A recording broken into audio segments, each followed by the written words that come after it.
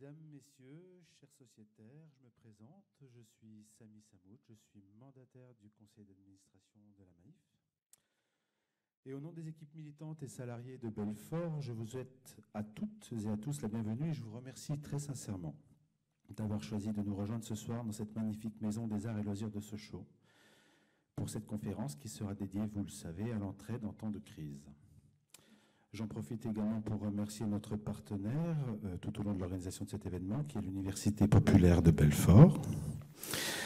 Et je tiens aussi à saluer tous ceux qui nous suivent en direct sur Internet, puisque cette conférence est retransmise en ce moment même sur le site maif-conf.fr.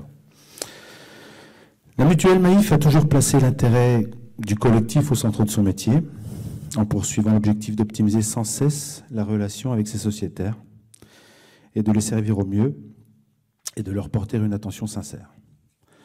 Elle milite pour une économie juste, raisonnée et au service de l'homme. Elle défend aussi un accès de tous à la connaissance. Le Fonds Maïf pour l'éducation, la présence de l'Université populaire ce soir et puis notre présence à tous ici peuvent en témoigner. L'attention sincère portée à l'autre, la solidarité, l'entraide sont des piliers de la société à mission qui est devenue Maïf en 2020. Ces mêmes piliers qui structurent sa raison d'être et qui consistent, à travers chacun de ses actes, qu'ils soient militants ou salariés, à contribuer au mieux commun. Le contexte sanitaire que nous connaissons encore nous amène irréfutablement à intégrer une nouvelle façon de penser, une nouvelle façon de nous projeter collectivement. Il ne saurait être question ce soir d'apporter des réponses ou des solutions toutes faites, mais plutôt de nous pencher sur une alternative possible et nécessaire pour nous permettre à tous d'affronter les défis du futur. Pour pouvoir comprendre l'entraide et l'envisager comme une nécessité, il était tout naturel pour nous de solliciter Pablo Servigne. Ingénieur agronome et docteur en sciences, il a consacré bon nombre de ses travaux à la transition écologique.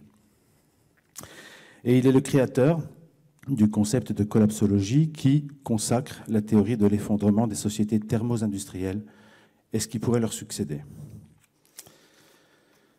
Il nous fera part ce soir de son analyse du phénomène de l'entraide, auquel il a consacré ses travaux et un ouvrage. Comment cette dernière pourra nous aider à affronter les défis de demain? Comment enfin nous pourrions provoquer la prise de conscience de cette nécessité de coopérer tous ensemble pour ce mieux commun? Ce mieux commun si cher à la Maïf. Je conclurai ce propos en le remerciant d'avoir bien voulu nous accompagner la Maïf dans cette belle aventure. Remercier aussi la Fabrique de l'événement, service basé au siège de la Maïf à Niort, qui pendant 14 mois nous a aidés à construire cet événement. Et enfin vous dire que ce soir nous inaugurons le lancement de cette conférence, qui sera peut-être, nous l'espérons, la première d'une longue série. Nous accueillons donc Pablo Servigne, à qui je vais laisser la parole. Merci. Bonsoir. Merci Sami. Vous m'entendez, c'est bon? Ouais. Merci Sami, merci Corinne et toute l'équipe de la Maïf. Merci à l'équipe de l'éducation populaire de Belfort-Montbéliard. Merci à vous qui êtes présents ce soir en présentiel. C'est quand même fou, vous êtes venus risquer votre vie. Merci aussi aux internautes qui nous suivent ce soir en direct. Pour parler d'entraide. Alors d'entraide, pourquoi l'entraide? Eh bien, c'est un sujet qui me tient à cœur depuis des années, avec Gauthier Chapelle, un ami biologiste, on a mis des années. Moi, pendant 12 ans, j'ai accumulé des travaux, j'ai lu de la littérature scientifique pendant ma thèse et après. Et j'ai vraiment à cœur de partager ce que j'ai découvert, tout ce que les scientifiques ont découvert depuis des décennies, et ça fait du bien. C'est ça que je voulais faire avec vous. Pourquoi aujourd'hui? Parce que déjà, après des mois de confinement, de Covid, ça fait du bien aussi de se retrouver. Parce que je trouve qu'il y a une sorte d'ambiance aussi une sorte de pesanteur, quoi, une sorte de bain idéologique de compétitivité, de compétition, de chacun pour soi, de repli, de la loi du plus fort, il faut gagner, il faut jouer des coudes, qui devient très pesante. Ça en devient même toxique, je trouve, pour nous, pour les individus, qui sommes tous en compétition les uns avec les autres, pour les sociétés, et toxique pour la planète.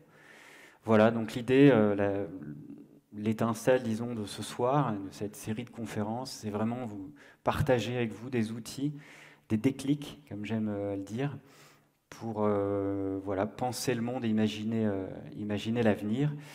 Je voulais commencer par, profite qu'il y ait un peu de lumière, par un petit exercice qu'on appelle une phrase ouverte.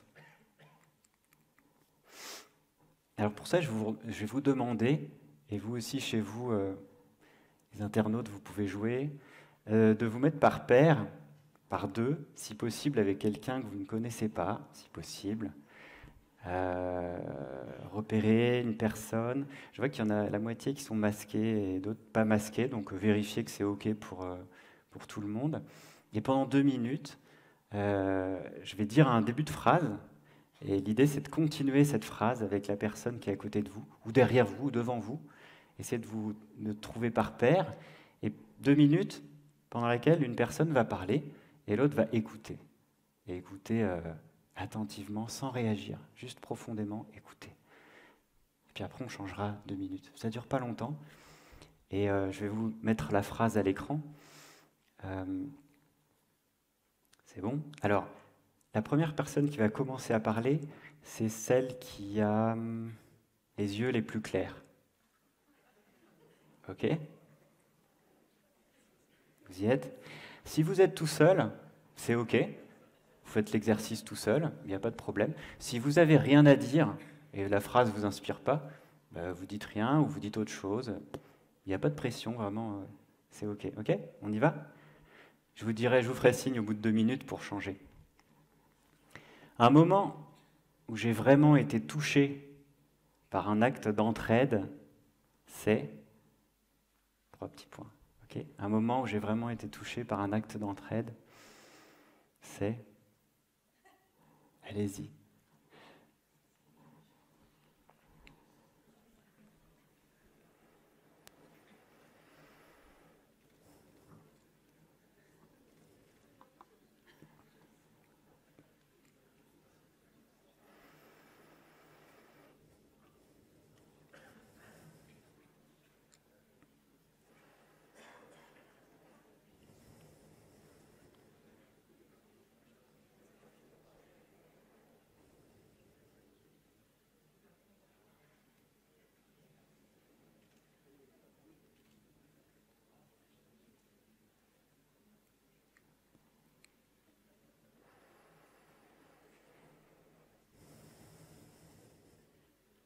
Tu joues pas.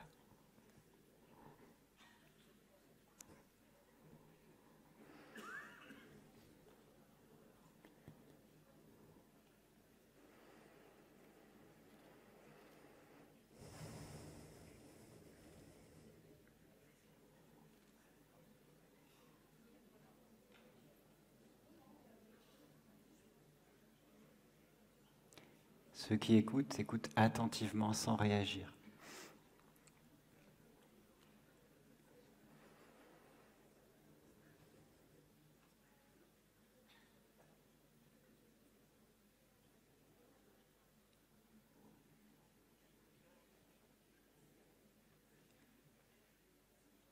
OK?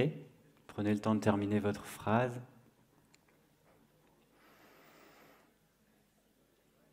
Et alors on va changer.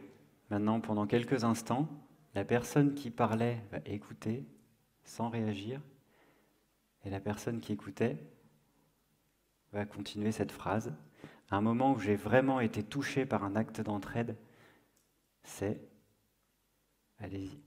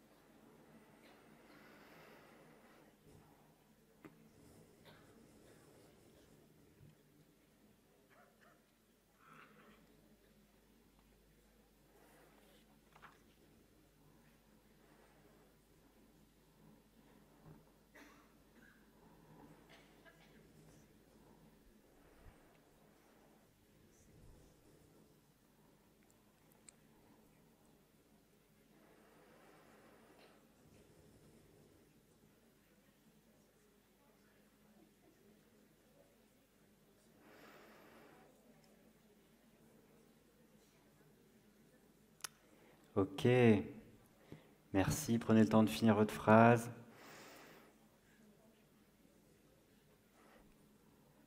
De respirer avec ça. Éventuellement de remercier la personne. Merci d'avoir joué le jeu. Et ben moi, un moment où j'ai vraiment été touché par l'entraide, ben c'est sur YouTube, avec des vidéos bizarres de chats qui s'amusent avec un oiseau,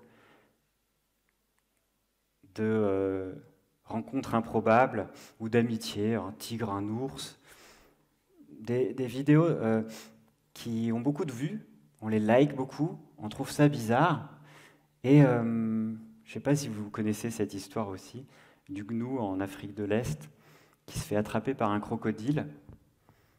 Et bon, voilà, il est mal barré. Et là, il y a un hippopotame ici qui arrive et qui attaque le crocodile et qui sauve le gnou.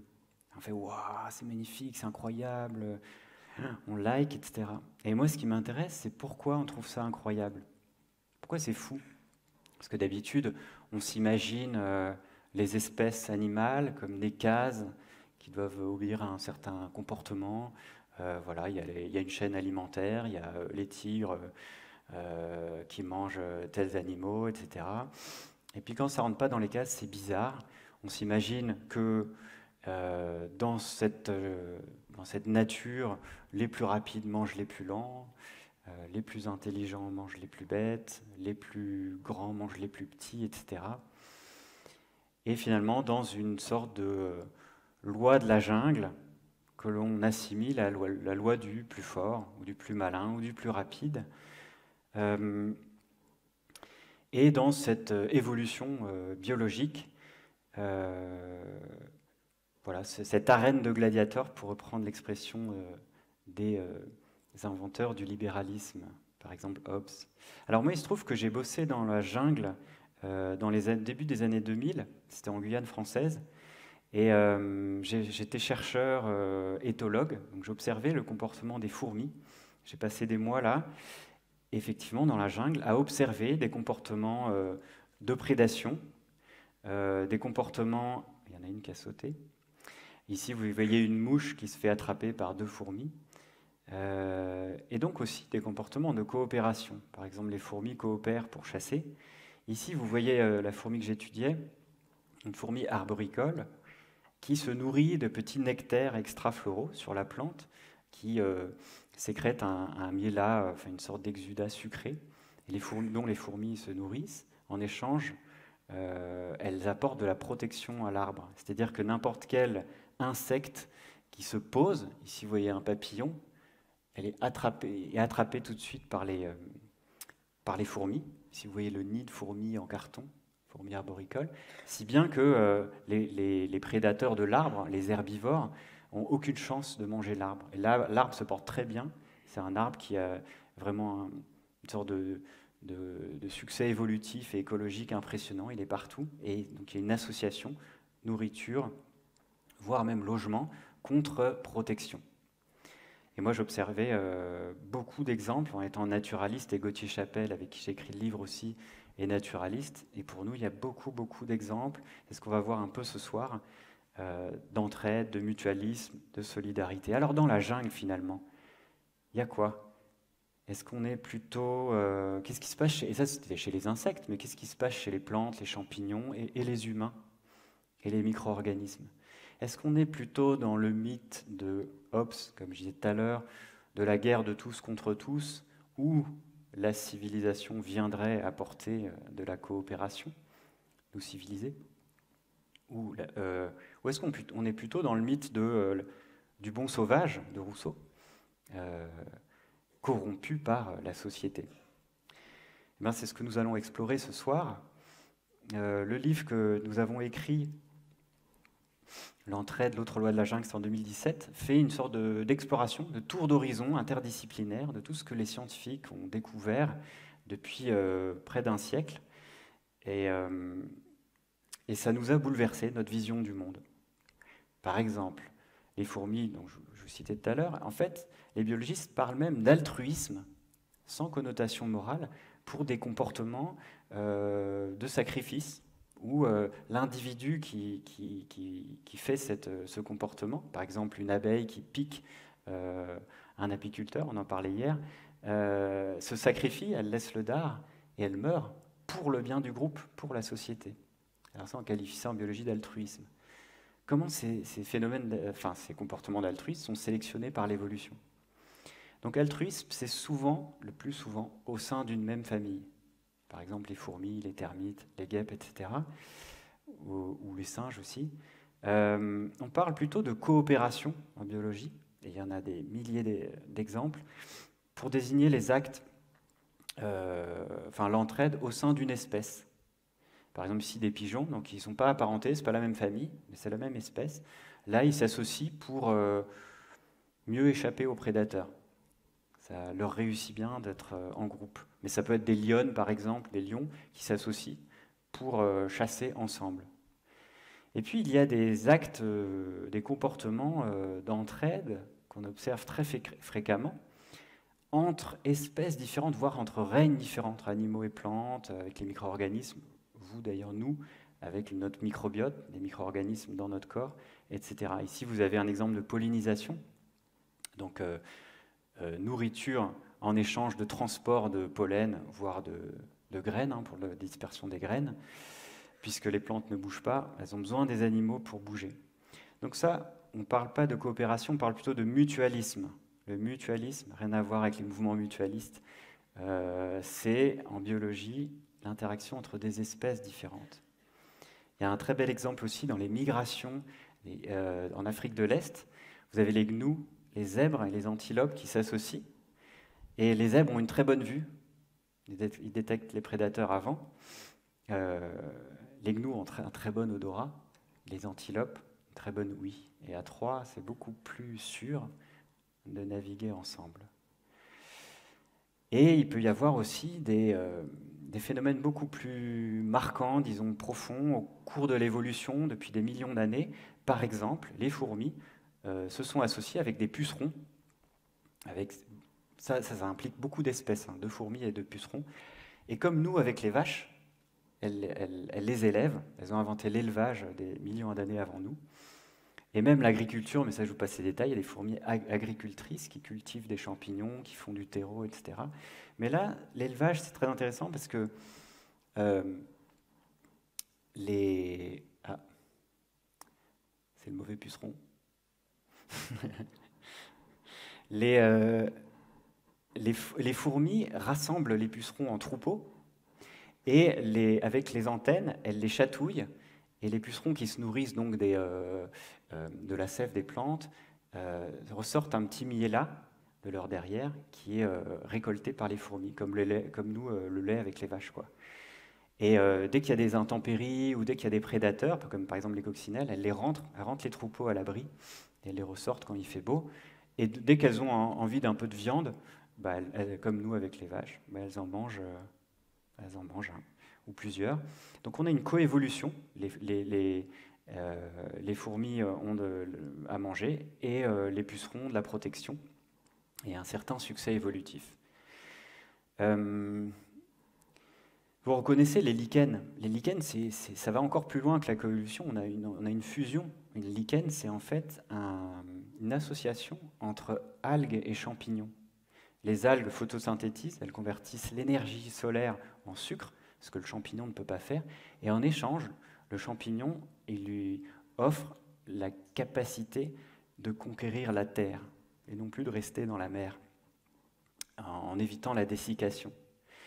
Et en échange, il lui file des sucres. Et les lichens, c'est un succès écologique extraordinaire. On les retrouve partout dans les milieux, partout sur Terre, dans les milieux les plus austères, les plus arides, les plus hostiles. Donc les associations vont jusqu'à la fusion. Ici, vous avez un trèfle, la famille des Fabacées. C'est environ 19 000 espèces, comme l'acacia, les haricots. Alors pour ceux qui connaissent, les Fabacées ont la particularité d'avoir des racines avec des nodules. Vous voyez des petites boules comme ça, qui logent des bactéries rhizobium, qui ont cette faculté incroyable de nourrir la plante en engrais azoté. et la plante pousse très bien. Mais où se trouve l'azote en grande quantité sur Terre? Dans l'air, le diazote. Mais il y a très peu d'organismes qui savent convertir ou utiliser, en tout cas les plantes ne savent pas, utiliser l'azote de l'air comme engrais. Il y a des bactéries qui savent le faire, c'est les rhizobiums, autant les garder près des racines, comme ça on a de la nourriture à volonté. Cette association est extrêmement fertile, c'est le cas de le dire. Alors si on reste dans les racines, vous savez que maintenant ça commence à être assez connu, les racines des arbres en fait vont pas assez profond et assez loin, elles sont pas assez fines pour capter un maximum d'eau et de nutriments, et donc elles sont prolongées en fait par des champignons, les mycorhizes.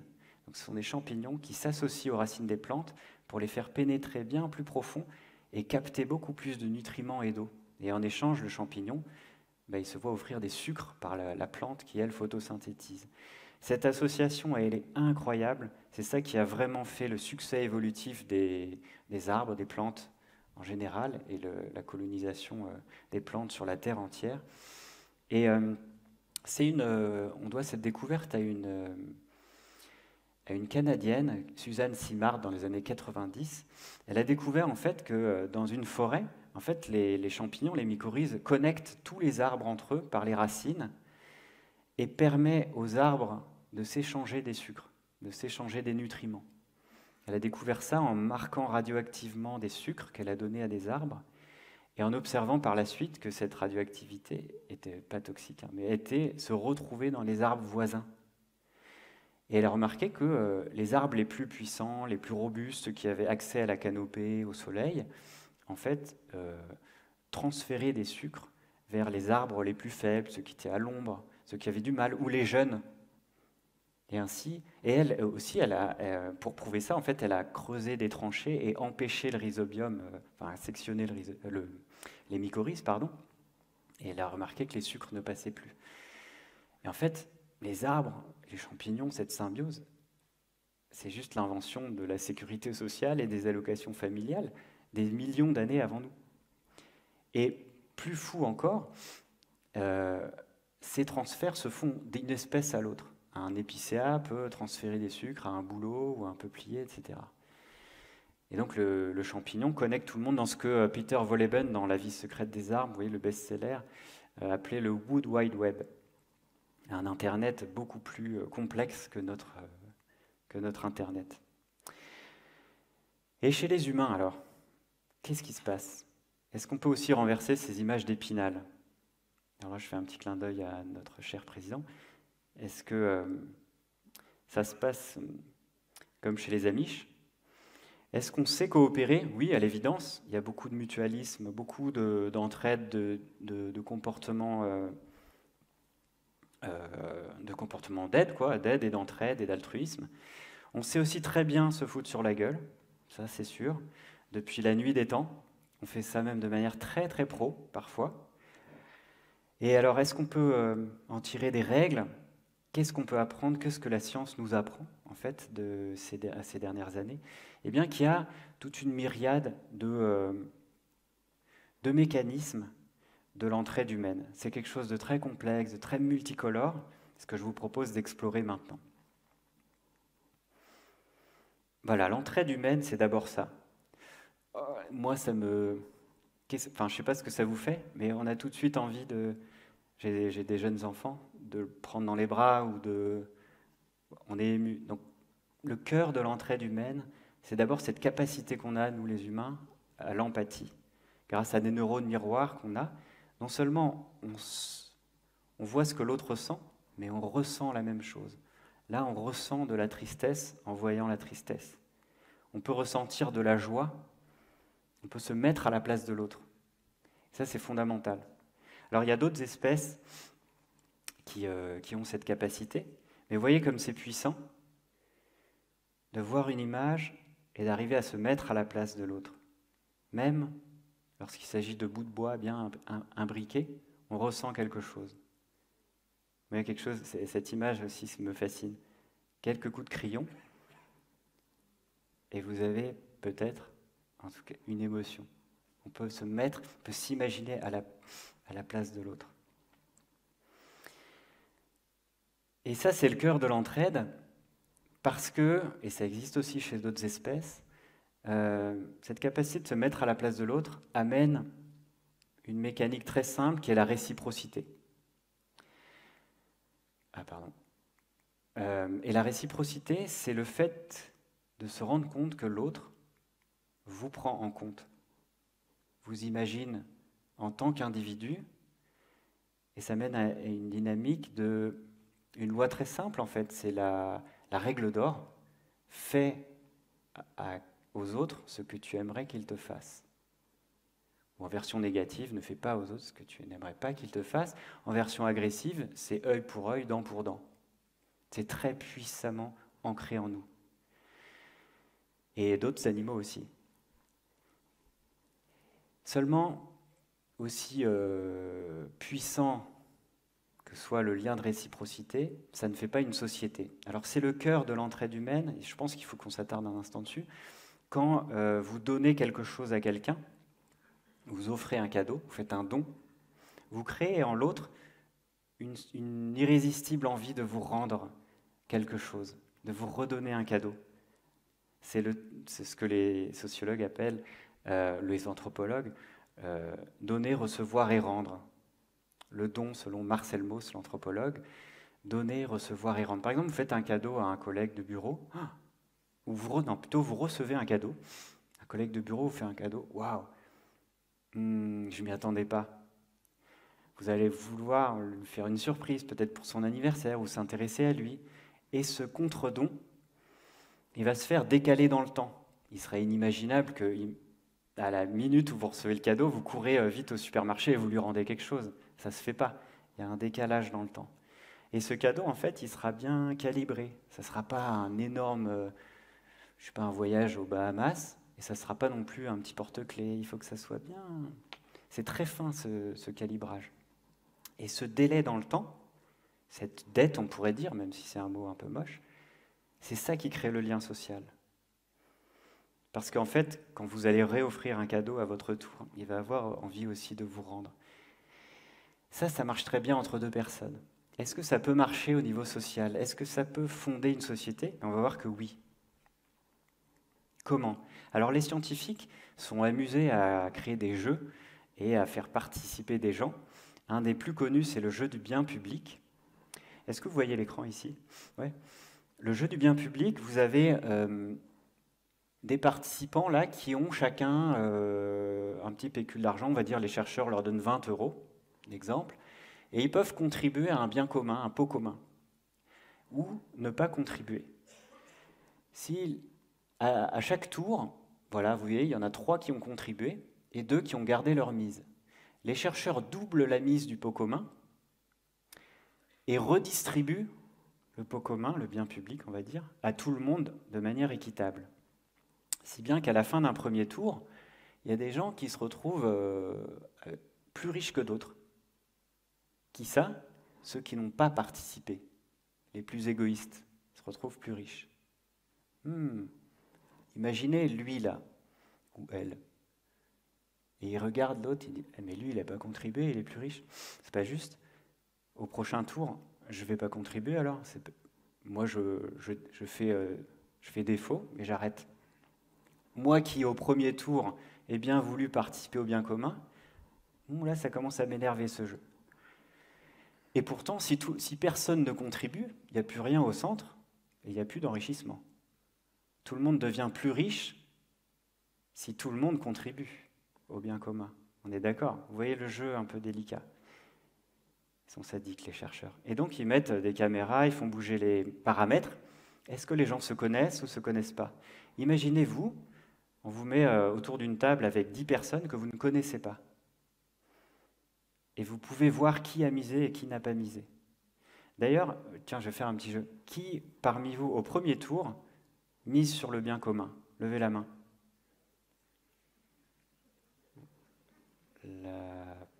Peut-être la moitié, peut-être un peu plus. Donc il y en a la moitié qui ne mise pas. Bon, peut-être parce que j'ai expliqué le jeu. Pourtant, miser, ça rapporte. Ok. Ceux qui misent, combien vous mettriez sur les 20 €? Toute la mise? La moitié, j'entends. Ouais, la moitié? La prudence, j'entends, prudence. On ne va pas tout miser.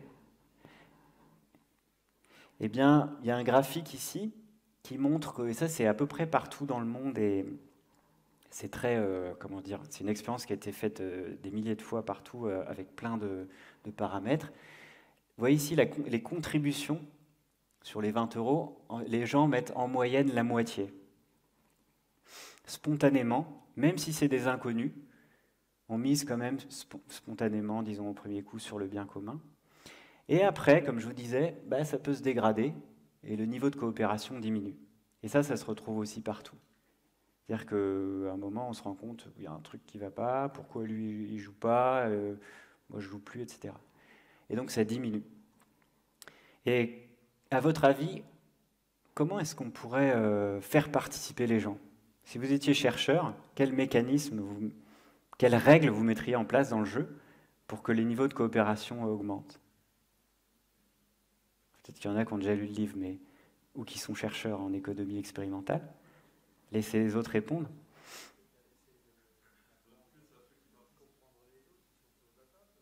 Alors, comprendre les autres qui sont autour de la table, donner plus, récompenser ceux qui participent le plus au bien commun, effectivement, c'est une bonne idée. Un coup de bâton, ouais. À qui? À ceux qui ne participent pas. Bon, ben, c'est ce qui se fait évidemment partout autour de la Terre. Alors, quand on a mis en place des règles de punishment des égoïstes, hop, les niveaux de coopération sont montés très très vite et les gens ont vite misé sur le bien commun. Mais c'est ce qui se passe dans la vie réelle. C'est-à-dire que c'est ce que les chercheurs appellent la réciprocité renforcée. Si on laisse juste la réciprocité agir, ça s'effrite. Et si on la renforce en récompensant les altruistes et en punissant les tricheurs, ici la première photo, je ne sais pas si vous vous souvenez, ce sont les héros du Thalys qui sont récompensés là ils ont une médaille par François Hollande parce qu'ils ont eu un acte très altruiste en arrêtant le terroriste dans le Thalys qui voulait flinguer tout le monde au péril de leur vie. Et si on punit les tricheurs, eh bien ça se retrouve dans toutes les sociétés humaines et c'est très efficace pour maintenir des niveaux de réciprocité, de coopération et d'actes prosociaux. Il y a autre chose, c'est que ici vous avez A qui aide B, en retour B aide A, okay, de la réciprocité classique. Il se peut que quand A aide B, B se sente bien, alors il ait envie d'aider C. Là on commence à aller dans quelque chose de plus indirect. A aide B, et C qui voit A en tant qu'altruiste, personne sympa, bah, il a envie de l'aider. Et puis il se peut qu'il y ait des trucs plus complexes, c'est-à-dire que A aide B, et voilà, ils ont eu un bel échange, et là il y a des gens qui observent et ça leur donne envie d'aider. Voilà, tout ça c'est des mécanismes qu'on retrouve qui s'appellent la réciprocité indirecte, et qui est renforcée par un phénomène très puissant qui s'appelle la réputation. La réputation. Les cancans, les ragots, c'est vraiment le ciment de la société. C'est un patrimoine mondial de l'humanité. C'est ça qui fait les sociétés. Pourquoi? Parce que les égoïstes, en fait, ils vont avoir mauvaise réputation. Ouais, t'as vu, lui, il n'a pas coopéré au bien public, au pot commun. Et donc on a plus tendance à coopérer avec les coopérateurs, avec les gentils, avec les altruistes. Mais moi, je vais avoir tendance, ou chacun de nous, à maintenir un niveau de réputation et donc à coopérer quand il n'y a plus d'anonymat, quand on voit qui a coopéré, quand on voit qui a misé, eh ben, ça va augmenter tout de suite les niveaux de réputation, de coopération. Pardon. Ici, une expérience célèbre. Vous voyez, on retrouve la dynamique en rouge de tout à l'heure, c'est-à-dire sans réputation, le jeu du bien public use en fait le niveau de coopération. Et ici, en blanc, une fois sur deux, ils ont fait jouer le jeu du bien public et un jeu lié à la réputation. Et on voit que les niveaux restent élevés. Et lorsque les équipes de rouge, on leur a fait jouer un jeu de réputation, les niveaux ont réaugmenté immédiatement. On fait attention à notre statut social, à notre réputation, et pour ça, on ne va pas faire trop de conneries. Et là où cette expérience est magnifique, c'est que sur la moitié des bleus et la moitié des rouges, on leur a dit que l'expérience allait se terminer dans 3 tours. Il reste 3 tours. Et l'autre moitié, on leur a rien dit. Eh bien, ceux à qui on a dit que ça allait s'arrêter, hop, les niveaux de coopération ont chuté. Ils ont dit, oh, bon, on n'a plus rien à foutre, on va plus rien miser, on va remporter, et puis on va s'en aller chez nous. Ceux à qui on n'a rien dit, ils ont maintenu des niveaux de coopération parce qu'ils maintenaient leur réputation. Et ça, c'est fou parce qu'ils ont fait ces jeux aussi en affichant des yeux, par exemple, sur les murs. Et quand nous, les humains, nous sentons observés, on coopère beaucoup plus. Même en affichant 3 points comme ça, versus ça, les gens coopèrent plus lorsqu'il y a cette configuration qui rappelle des yeux, que lorsqu'on affiche ça au mur. Voilà. Et ça rappelle le panoptique de Bentham, ou la prison, vous savez, avec des murs transparents, où tout le monde se voit, et la réputation est en jeu, où ça peut même expliquer aussi les religions. Dieu est partout, il voit tout, il est omniprésent. Je vais peut-être faire attention alors. Voilà ce qui est très profondément ancré en nous. Il y a une expérience magnifique aussi qu'ont fait des chercheurs en neurosciences. Ils ont observé dans ce jeu du bien public les coopérations et les comportements plutôt d'égoïsme. Et ils ont remarqué que lorsque quelqu'un coopère avec vous, les circuits de la récompense et du plaisir s'allument. C'est très puissant. C'est une vraie drogue en fait. Et ça fait plaisir, et même on anticipe le plaisir de la coopération. Et quand quelqu'un fait défection ou est égoïste ou coopère pas, voilà, ça enclenche les circuits du dégoût. Et ce même circuit du dégoût est enclenché lorsque le groupe punit un altruiste, ou le circuit du plaisir s'enclenche lorsque le groupe punit un égoïste. Donc ça, c'est très puissant chez nous. Et c'est tellement puissant que la belle expérience dont je vous parlais est la suivante, c'est-à-dire qu'ils ont fait jouer le jeu avec un ordinateur. Et le même jeu, la même coopération, le même acte de coopération, eh bien avec un ordinateur, les circuits neuronaux ne s'allument pas. Ça s'allume le plaisir que lorsque c'est un humain qui coopère avec vous. Ça montre à quel point c'est profondément ancré en nous. C'est une chose très humaine en fait. On ne coopère pas de la même manière avec des objets. Ce qui fait la puissance de l'entraide humaine, ce n'est pas que la réciprocité ou la récompense, tout ce qu'on a vu, tous ces mécanismes, c'est aussi, pour monter en niveau de société, juste les contrats, les normes sociales, et même plus loin, les institutions. Donc ce qui grave dans la pierre les normes sociales. Et ça fait des humains une espèce ultra sociale qui arrive à... Moi j'ai un écho, je ne sais pas vous. Je bouge un peu le micro, j'espère que ça ira. Sinon il faudra baisser le son. Ça fait de nous une espèce ultra sociale qui arrive à gérer des problèmes ultra complexes et à créer des grands groupes. Seulement, avec ces grands groupes, on est dans une entraide un petit peu plus froide, si bien que voilà, certaines personnes parlent de coopération chaude pour tous ces mécanismes dans les petits groupes ou entre binômes, par opposition à la coopération froide, c'est-à-dire des grandes institutions devenues invisibles, qui sont très puissantes, mais où on ne voit plus forcément le lien d'entraide. Et j'ai mis un téléphone ici à l'image, mais ça aurait pu être, je sais pas moi, un bic. Personne au monde, je pense, est capable de construire un bic ou un téléphone tout seul. On dépend d'autres personnes, forcément, pour faire le plastique, pour faire le verre, pour faire, je sais pas moi, les métaux rares, l'électricité, voilà. Et ces formidables outils institutionnels, que ce soit l'État, l'entreprise, les coopératives, les mutuelles, l'école, etc., et qui sont devenus, qu'on nomme froides parce que souvent les gens les oublient, et ce qui fait de nous l'animal ultra social par excellence, ou ce qui est rare dans le monde animal, dans le monde vivant, on a des niveaux de coopération et d'altruisme, même entre inconnus et entre non apparentés, entre personnes qui ne sont pas de la même famille ou, disons, loin, plus éloignées génétiquement. Alors, on peut aller plus loin aussi. Ce qui est fascinant, c'est que lorsqu'on met des personnes ensemble dans une salle, donc je veux bien qu'on revienne à la slide, merci. Vous voyez, les personnes sont représentées par des ronds avec des petits picots. Pourquoi? Parce que les gens, ils ne se connaissent pas, là. Les quelques personnes ne se connaissent pas, donc au début, on arrive, on ne connaît pas les gens, on s'assoit, on est un peu méfiant, et on met sa carapace, c'est les petits picots. Ouais, tu viens d'où? Belfort, toi aussi? Ah ouais, on se relâche un peu. Ah, t'étais au lycée avec machin? Ah ouais, on se relâche.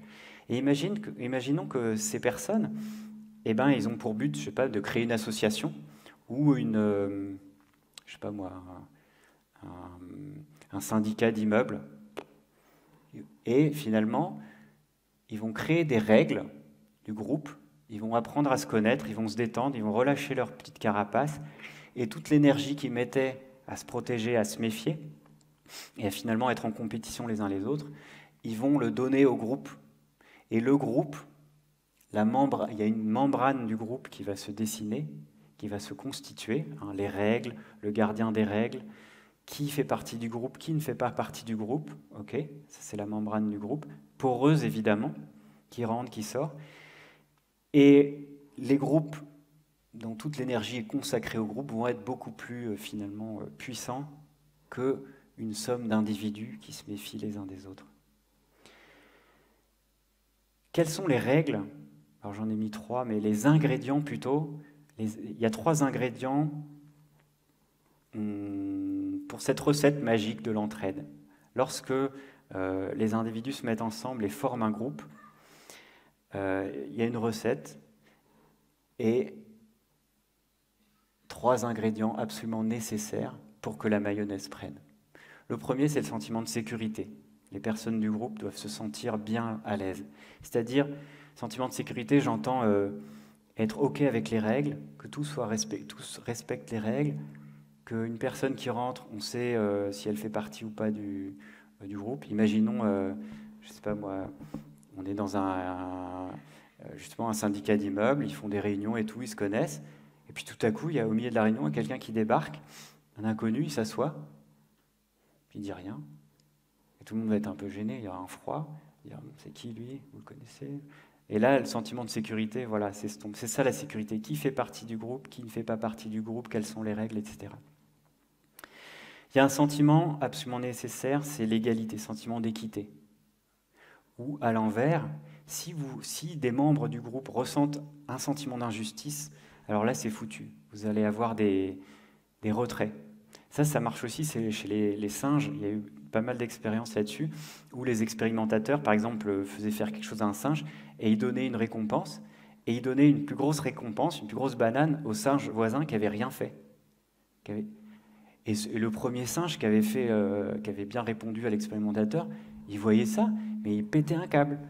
Donc, grosse colère, même il jetait sa banane, il commençait à taper tout le monde. Sentiment d'injustice, c'est hyper toxique pour un groupe, c'est hyper toxique pour les sentiments prosociaux. Et ça, c'est très fort ancré en nous, hein, quand vous avez... je ne vais pas citer de nom, mais quand vous avez des politiques qui magouillent et qui ne vont pas en prison, qui ne payent pas leurs impôts, grand sentiment d'injustice, c'est pas normal. Pourquoi je paierais des impôts alors? D'ailleurs, il y a des études au passage, c'était fascinant, qui montraient que c'était un vrai plaisir, avec des circuits neuronaux positifs, de payer ses impôts à condition que l'argent soit bien utilisé. C'est vraiment un plaisir. Quand c'est mal utilisé, là, c'est différent. Et quand en plus il y a un sentiment d'injustice, parce qu'on n'est pas tous à la même enseigne, alors là, moi, le pot commun, je ne vais peut-être pas participer. Sauf que bon, on est puni après si on ne participe pas. Il y a d'autres mécanismes. Mais vous voyez un peu la complexité des choses. Donc sentiment d'équité et puis sentiment de confiance. Hein, c'est les petits picots, on doit se sentir en confiance, pouvoir s'ouvrir, pouvoir échanger et pouvoir participer au groupe, c'est pouvoir compter les uns sur les autres. Si à un moment il y a de la défiance, on ne pourra pas mettre toute notre énergie dans le groupe. Vous voyez un petit peu sécurité et confiance. Je réfléchissais hier, en fait, je me suis rendu compte, c'est peut-être ce qu'on ressent dans le mot solidarité. Pour moi, il était un peu mystérieux, ce mot solidarité. Il est un peu différent du mot entraide, mais solidaire. Quelqu'un est solidaire avec moi, ben, c'est parce que quand il est là, je me sens en sécurité, je me sens en confiance. Quoi que je fasse, il sera là, il pourra m'aider, il sera solidaire. Voilà, moi, c'est ça qui s'éclaire quand j'entends le mot solidaire. Et alors, il y a 3 leviers, par contre, à l'opposé, pour renforcer la coopération au sein d'un groupe, mais des leviers extérieurs. J'en vous en cite 3, très communs. 1, le grand méchant loup. Donc le groupe se crée un ennemi commun, un ennemi extérieur. La fabrication d'ennemis, ça c'est très connu depuis la nuit des temps. Tous les généraux font ça. Vous soudez un pays, une nation contre un ennemi commun, contre les Allemands, les Anglais, etc. Ça marche à tous les coups. C'est quand même très risqué, parce que ça fait replier le groupe sur lui-même, mais ça soude du tonnerre. Tout le monde s'aligne sur un objectif commun. Un autre moyen, c'est de créer un milieu hostile. Vous avez une catastrophe qui vous tombe dessus, par exemple, je sais pas moi, une grosse tempête qui arrive ici à Sochaux, Belfort, Montbéliard. Besançon n'est pas touché, Nancy n'est pas touché, mais ici, c'est la panique. On va sentir une sorte de sentiment de « Waouh, on est tous dans la même galère, et ça va nous souder ». C'est un peu ce qu'on a senti d'ailleurs au Bataclan, quand il y a eu les attentats. Il y a eu comme une vague à Paris, on est français, il y a des gens... Enfin, voilà. Ben là, c'est un mélange justement de grands méchants loups et de milieu hostile. Il y a quelque chose de dur qui nous est tombé dessus. On va se serrer les coudes et ça nous a soudés. Et le 3e levier, c'est le projet commun.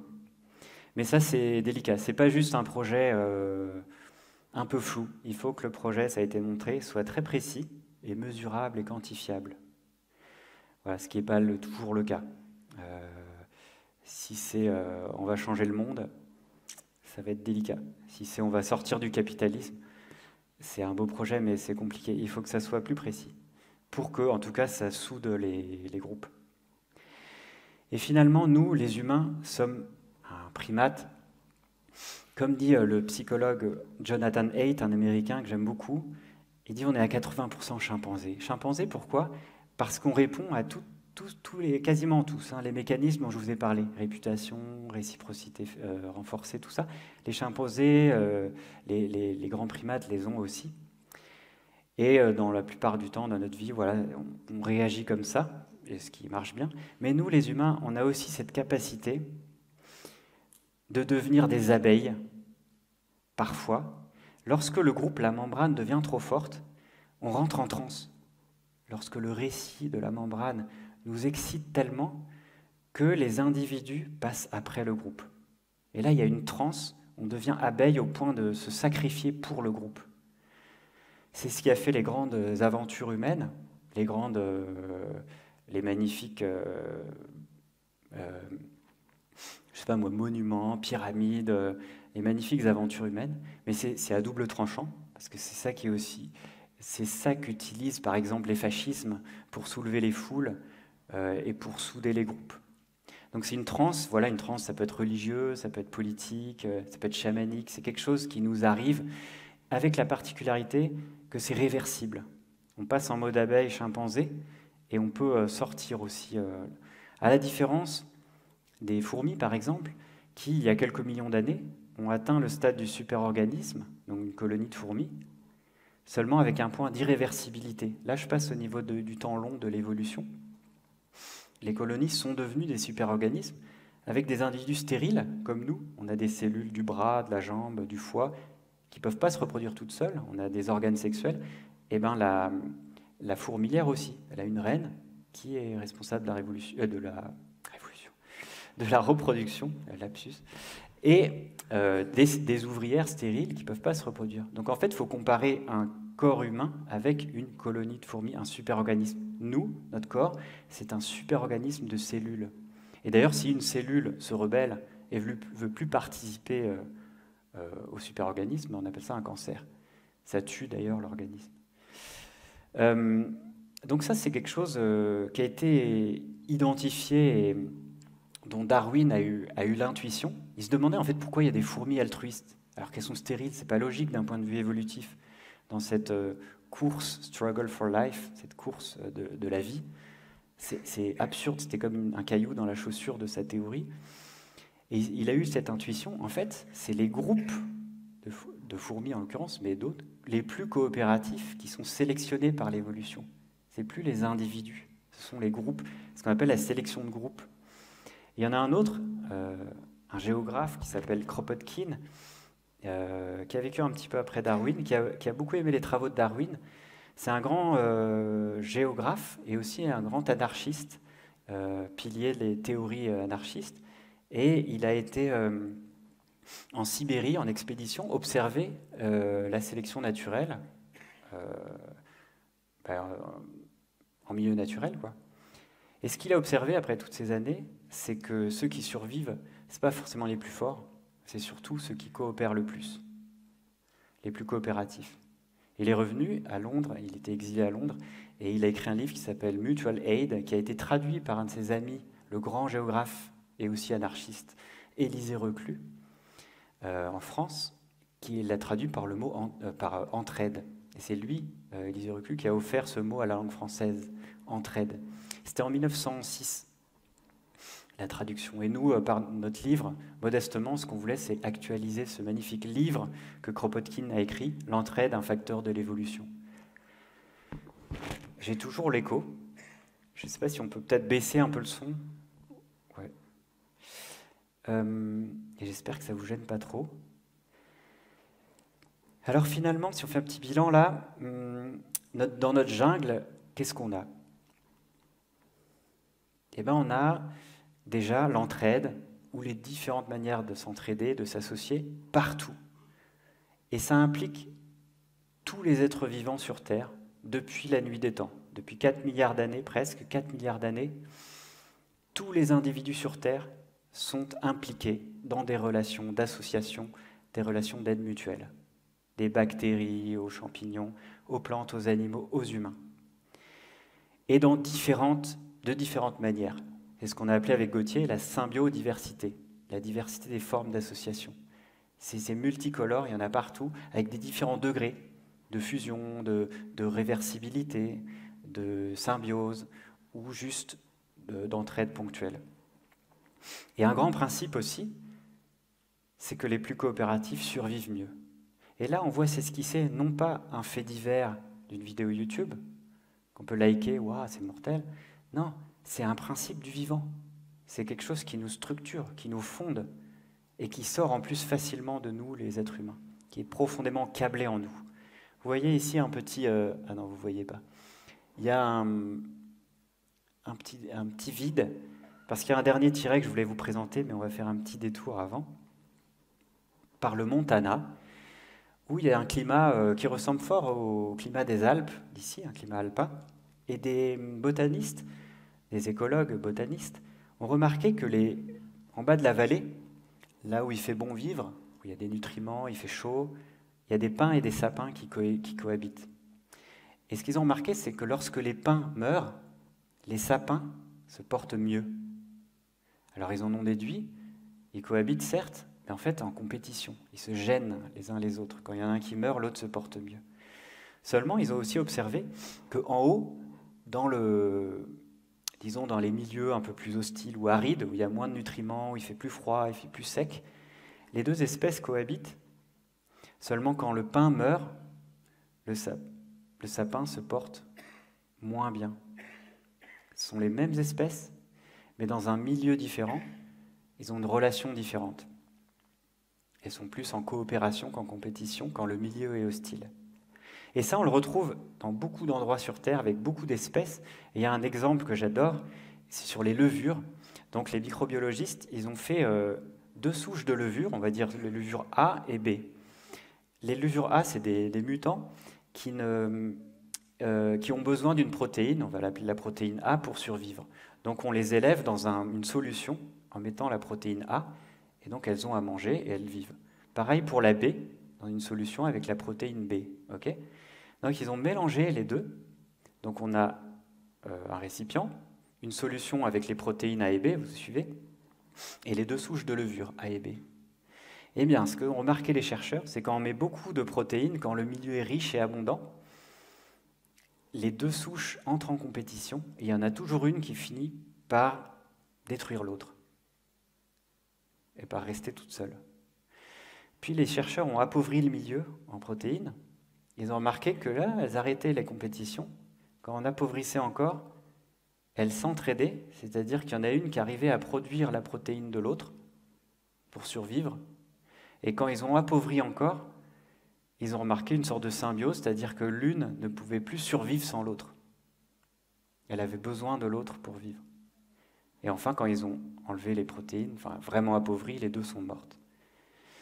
Donc on a tout le gradient, qui nous rappelle les étages alpins aussi, que pour les mêmes individus, lorsque le milieu est riche et abondant, la compétition émerge. Lorsque le milieu est pauvre et hostile ou austère, l'entraide émerge. Chez les manchots, c'est pareil. C'est bizarre, pour nous, c'est contre-intuitif. Mais en fait, c'est tout simple. Ici, il y a des vents glacés. En ressenti, c'est peut-être moins 100, moins 200 degrés pour ceux qui sont autour et qui protègent les autres. Puis à un moment, quand ils ont trop froid, ceux qui sont autour, ils se mettent dedans et ils tournent. Mais imaginez un manchot là qui se la joue. Ouais, moi je suis manchot economicus, je suis rationnel et égoïste. Moi je vais sortir, je m'en fous du groupe. Ben, il meurt tout de suite, il n'est pas sélectionné par l'évolution. Donc en milieu hostile, pourquoi l'entraide émerge? Tout simplement parce que ceux qui ne s'entraident pas, ils meurent avant. Ils ne sont pas sélectionnés. Ici, on est en 2005, vous souvenez-vous, c'est l'ouragan Katrina qui a dévasté la Nouvelle-Orléans. Et on a des visions, des souvenirs, enfin moi en tout cas, de toits, de maisons sur les eaux, comme ça, dévastées. Et les récits de la presse qui nous racontaient qu'il y avait des pillages, qu'il y avait des meurtres, qu'il y avait des viols d'enfants, c'était la catastrophe. Et donc ils ont appelé l'armée, je ne sais plus combien de milliers de soldats sont arrivés super stressés pour tirer sur les pillards, pour arrêter, évidemment, c'était des Noirs. Et les images montraient ça. Des pillages, en temps de catastrophe, pillage. C'est l'anarchie, c'est la barbarie, c'est le chaos. Et il faut évidemment des gens armés. Seulement, il y a des journalistes locaux qui ont enquêté et qui sont allés voir dans les stades où il y avait tous les réfugiés, qui ont interrogé les rescapés, et se sont rendus compte qu'en fait, il y avait beaucoup d'entraide. Les gens, ils s'entraidaient vraiment. Ils prenaient soin les uns des autres. Et s'il y avait, soi-disant, des pillages, en fait, c'était des gens qui s'organisaient pour aller récupérer de la nourriture ou sauver des gens pour sauver des vies. Il n'y avait pas de pillage. Et pire, le chef de la police, Ray Nagin, il s'appelait, et le maire, on dit qu'il y avait eu beaucoup de meurtres et de pillages, et ils ont justifié l'arrivée massive de militaires et de police. Et en fait, ils ont dû avouer qu'ils avaient inventé cette histoire, pour faire venir les militaires. En fait, il n'y a jamais eu ces meurtres et ces pillages et ces viols et tout ça. Ils ont inventé l'histoire. D'ailleurs, les journalistes ont eu le prix Pulitzer pour ça. Vous voyez la construction du récit. On s'imagine que lorsqu'il y a une situation de catastrophe, on a besoin des secours, etc. En fait, ce que montrent tous les témoignages, mais alors c'est massif, de rescapés, d'attentats terroristes, d'incendies, de tsunamis, de tremblements de terre, c'est que plus on va à l'épicentre de la catastrophe, plus il y a de l'entraide, de l'altruisme, mais de manière extraordinaire, de manière vraiment extraordinaire. Des gens qui se sacrifient dans les tours du World Trade Center. Il y a des pompiers, ils sont retournés dans les tours en sachant qu'ils allaient mourir. Et il y avait dans les tours des comportements même de galanterie, allez-y, de calme, d'auto-organisation. Plus on va à l'épicentre, plus c'est calme, contrairement à ce qu'on croit, ou ce que les films hollywoodiens nous font croire. Et donc, récemment, là, en Allemagne ou en Belgique, on a vu en direct la solidarité. Ici, je vous ai mis un petit clin d'œil. À Schuld, dévasté, les sinistrés comptent sur la solidarité, pas sur les assurances. Et c'est commun à toutes les catastrophes. à tous les événements catastrophiques, ponctuels et inattendus.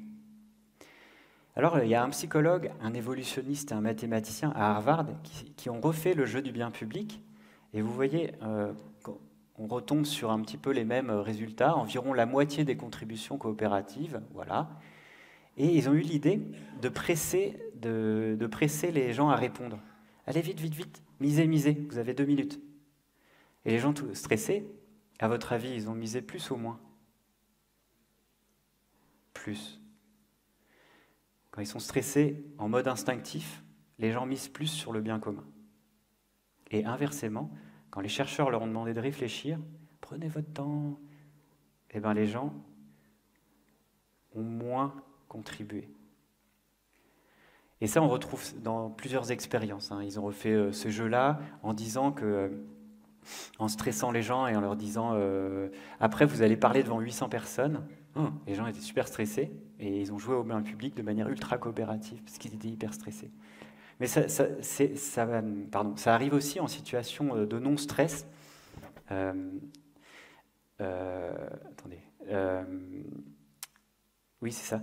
Et des anthropologues sont partis à la recherche de ce fameux Homo economicus, cet animal imaginaire qui est sorti des laboratoires d'économie, dans plusieurs cultures, peuplades, dans 15 cultures différentes partout sur Terre, des chasseurs-cueilleurs, des démocraties, n'importe, enfin il y en a plein de pays différents, et ils ne l'ont jamais trouvé. En moyenne, tous les humains coopèrent de manière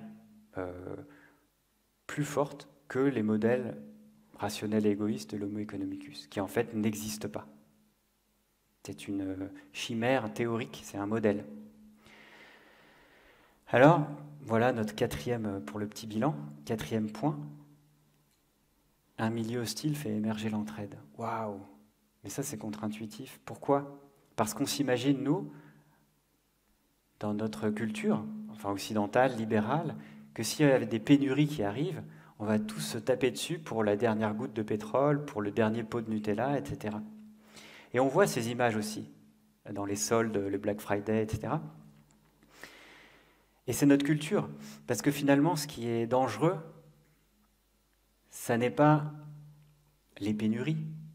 En fait, l'être humain, il sait très bien gérer les pénuries depuis des centaines de milliers d'années. On a été designé pour ça, on a été conçu pour ça. On sait jeûner pendant des semaines, marcher des dizaines de kilomètres sans manger, on sait survivre au froid, etc. Ce qui est dangereux, ce n'est pas les pénuries, c'est d'arriver dans les pénuries avec un comportement d'égoïste, avec une culture de l'égoïsme et de la compétition. Là, c'est dangereux. Et on en arrive au paradoxe en fait de l'être humain. C'est pour ça que je mets un bébé ici. C'est que... Enfin non, c'est pas un bébé là. Ce bébé, c'est le primate fragile et imberbe que nous sommes. Nous, les êtres humains, on appelle ça la néothénie. On est extrêmement fragile et on est précocement. On sort du ventre de notre mère, on n'est pas encore bien formé. Pourquoi? Parce que si on était bien formé, on aurait une trop grosse tête, ça serait quand même compliqué pour l'accouchement. Et heureusement, et ça nous a fait avoir un grand cerveau, mais ça nous a, quand on sort, on est extrêmement fragile, vulnérable. On a besoin de quoi? Du clan, des parents, des oncles, des tantes. On a besoin du regard bienveillant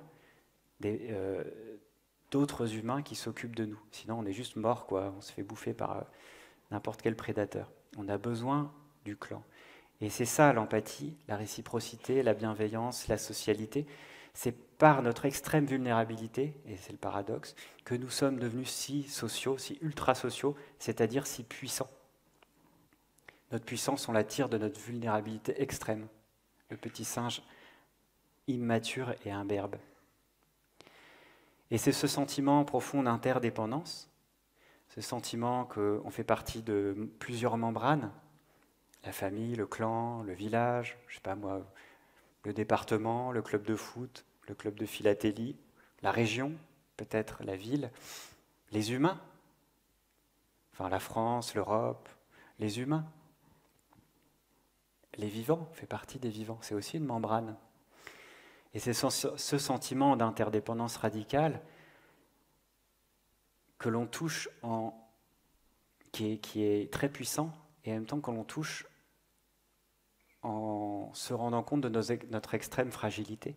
Finalement, toute la biosphère vit, comme dirait Bruno Latour, dans cette fine pellicule de quelques centaines de mètres d'épaisseur qu'il appelle la zone critique. Toute la biosphère, toute la vie, elle est juste sur cette pellicule. Et on est tous interdépendants. Vous voyez l'état de vulnérabilité incroyable. Se rendre compte de ça, c'est aussi se donner la possibilité d'agrandir notre membrane d'appartenance. On appartient à la biosphère. Alors, est-ce que ça va pour autant nous sauver, ou en tout cas nous faire entrer dans l'âge de l'entraide? Est-ce qu'il y aura des nouvelles guerres? Ça, je peux vous dire que oui, ça c'est sûr. On ne va pas arrêter les guerres du jour au lendemain. Pourquoi en fait il y a des guerres et des conflits? Si on réfléchit, peut-être une réponse rapide, c'est de se dire que lorsqu'une membrane d'un groupe se ferme trop, se durcit, se solidifie ou n'est plus assez poreuse, le groupe se ferme. Lorsqu'il se ferme, il y a les autres et il y a nous. Et lorsque les autres, ça se ferme trop, les autres perdent leur humanité. On perd cette capacité d'empathie, les autres deviennent des objets, et alors on s'en fout. On n'a plus les neurones miroirs, on peut les vendre, les massacrer, les brûler, on s'en fout. D'ailleurs, c'est ce qu'on fait avec les animaux. On a fermé notre membrane, nous les humains, nous les occidentaux, nous les modernes, nous les cartésiens, aux autres êtres vivants. C'est des objets dans la loi. On peut les vendre, les massacrer, les bouffer, on s'en fout. J'exagère parce que ça change. Mais globalement, c'est ce qu'on fait en ayant fermé cette membrane. Et les membranes, il y en aura toujours. Donc il faut faire attention à cette dynamique. Ne pas trop fermer, mais non plus ne pas la faire disparaître. Parce que si on fait disparaître la membrane, on remet tous nos petits picots, nos carapaces, et là on retombe dans la compétition naturellement, et dans quelque chose qui peut être très désagréable pour tout le monde. En tout cas, on va dépenser beaucoup d'énergie pour rien, alors qu'on pourrait coopérer et être beaucoup plus forts ensemble. Voilà, donc c'est sur ce point que je voulais vraiment attirer votre attention ce soir, cette dynamique de membrane, quelque chose, c'est un équilibre entre individus, groupes, et surtout les membranes, c'est un récit. Ça, c'est un récit que je vis, que je me raconte depuis, vous avez reconnu le film Mad Max, depuis, je sais pas, c'est sorti quand, dans les années 70 ? Ouais, ça fait 50 ans, je dis peut-être une bêtise que ça existe. Il y a d'autres films de zombies maintenant, mais Mad Max, c'est le récit, c'est on va tous s'entretuer pour la dernière goutte de pétrole. En fait, c'est un récit. Et si on ne s'entretuait pas? Bah ouais, c'est possible. Et si on se racontait d'autres récits, ou en tout cas on voyait d'autres films? Et ça aussi, c'est un récit, la loi du plus fort. En fait, il faut être un winner, il faut gagner, il faut écraser les autres. Mais c'est un récit. On nous gave de ça depuis tout petit. À l'école, on nous apprend la compétition. On nous apprend que, en fait, la coopération, ça s'appelle tricher. On nous apprend qu'il faut être premier de la classe, qu'il faut avoir des bonnes notes. On nous classe. On établit des hiérarchies. Quand il y a hiérarchie, il y a forcément on joue des coudes. Et ça, structurellement, ça fait naître de la compétition. Et ce récit, moi j'aime bien le casser par un petit tableau. Avec Gauthier, on aime beaucoup ce tableau. Je regarde l'heure quand même. Je suis sur la fin, rassurez-vous. Il y a l'espèce A, ici, et l'espèce B.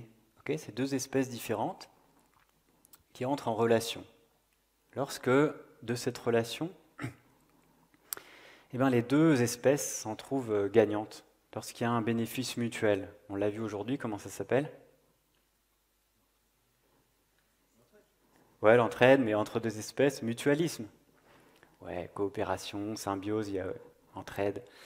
Entraide, nous, c'est vraiment un mot pour désigner le tout, mais coopération, symbiose. Bon, ça, c'est facile. Peut-être qu'il y a des biologistes dans la salle. Comment on appelle... Oups. Commensalisme. Désolé. Plus et zéro. Plus et zéro, c'est par exemple une plante épiphyte qui pousse sur les arbres en forêt amazonienne. Bon, le grand arbre, il s'en fout qu'il y a une petite plante, mais elle adore être dessus. Donc voilà, c'est plus pour elle, c'est zéro pour le grand arbre. Devinette, zéro et moins. Parasite presque, mais non. Parce que le parasite, quand même, c'est positif pour le parasite. On le verra après. Ça s'appelle de l'amensalisme. Ouais, petit délire de biologiste. Après, ça c'est de la coexistence. Je vais passer parce qu'on est à la fin. Ça, j'ai vu ça dans les fourmis, en fait, des fourmis arboricoles. Il y a une espèce qui tient un territoire sur un arbre. Donc il y a personne qui peut s'approcher. Le jour, et le soir tombé, elle rentre. Puis il y a une autre espèce la nuit qui arrive. Et les deux cohabitent, coexistent. Voilà, tranquille. Elles s'en foutent, mais elles se respectent l'une l'autre. Plus, moins. Parasitisme, et il y en a un autre. C'est super connu. Plus, moins. Le tigre. Prédation. Exact. Bon, et vous avez deviné, il en reste un. Alors là, il y a des gens qui m'ont dit le mariage une fois.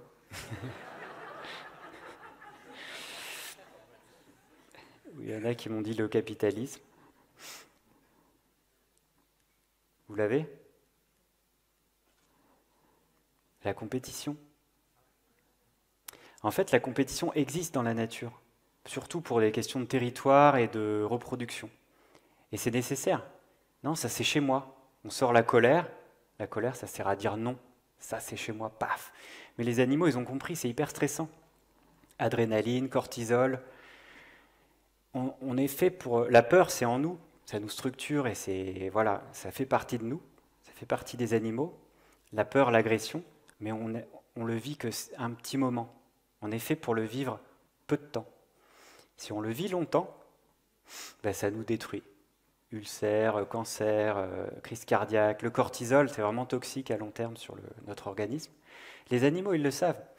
Et en plus, ils ont développé ce qu'on appelle les comportements ritualisés. C'est-à-dire que quand il y a un territoire, le tigre ou je sais pas, le singe ou le macaque, ils vont jouer des biscottos, mais ils vont se montrer les biscottos. Ils vont pas se casser la gueule parce que c'est trop risqué. Ils pourraient mourir, ils pourraient perdre un bras, ils n'ont pas envie en fait. C'est fatigant, c'est risqué, c'est dangereux. Donc effectivement, pour un sportif qui est hyper préparé, qui a le bon matos et qui arrive à la compétition dans le stade, lui il dit ouais, la compétition c'est génial, c'est l'émulation, ça me permet de grandir. Il est préparé. Sauf que tous les chômeurs, les étudiants, tous ceux qu'on met en compétition tout le temps, toute la vie, ils sont pas forcément préparés, ils n'ont pas envie d'y aller dans cette arène, c'est toxique. Donc la compétition sert dans certains cas. Il y a un restreint. Et c'est toxique, surtout quand on en fait une idéologie, en fait. Et notre société est allée un peu trop loin dans un sens, et on est devenu hémiplégique à en mourir. Et la proposition, en fait, de notre livre, mais c'est une pierre parmi d'autres à l'édifice, parce qu'il y a beaucoup de livres et de films qui sortent, c'est un peu de retrouver l'usage des deux pieds, et de retrouver justement ces mécanismes, on va dire de yin et de yang, de coopération, compétition, et de redevenir compétent. Et en fait, il y a tout un mouvement aujourd'hui, l'économie sociale et solidaire, l'économie collaborative, le peer-to-peer, les biens communs. Il y a toute une culture qui est en train d'émerger, de se créer, et je vous invite vraiment à découvrir, en tout cas si ce n'est pas déjà fait, et ce que vous faites déjà aussi à la Maïf, c'est sûr. Donc tout n'est pas perdu, et il s'agit vraiment d'accélérer pour retrouver une culture de l'entraide avant que ça soit trop compliqué à vivre. Est-ce qu'on va s'en sortir? Est-ce qu'on va arriver à créer cette culture de l'entraide avant les pénuries, dans ce siècle de catastrophes qui arrivent? Je parle bien évidemment du dérèglement climatique, de l'effondrement de la biodiversité, de l'épuisement des ressources, etc. C'est pas gagné, c'est possible. C'était ça le message de ce soir. On a les outils pour le faire, on est câblé pour ça. On a des milliers d'années, des millions d'années d'expérience. Ça sort facilement. On a les outils pour stabiliser ça. On peut arriver à s'en sortir. Et il va falloir la jouer fine. Et il va surtout falloir y croire. La clé, c'est y croire. Pour maintenir évidemment ce si puissant, mais fragile, je dirais, tissu. Et pour finir, un dernier petit clin d'œil qui s'appelle l'âne du Buridan, c'est une petite histoire. Peut-être vous connaissez les deux ânes qui vraiment galèrent pour l'accès aux ressources. Ils galèrent, à un moment, ils s'arrêtent. Vous connaissez GB, hein. On s'arrête, on réfléchit, et c'est pas triste, c'est l'an 01 de GB. C'est un déclic pour eux de se rendre compte qu'en fait, c'est tout simple. Et c'est ce déclic-là que je voulais partager avec vous ce soir, juste en vous demandant, à votre avis, comment on appelle ce lien-là, cette laisse?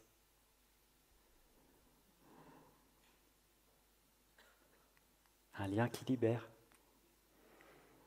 Merci de votre attention.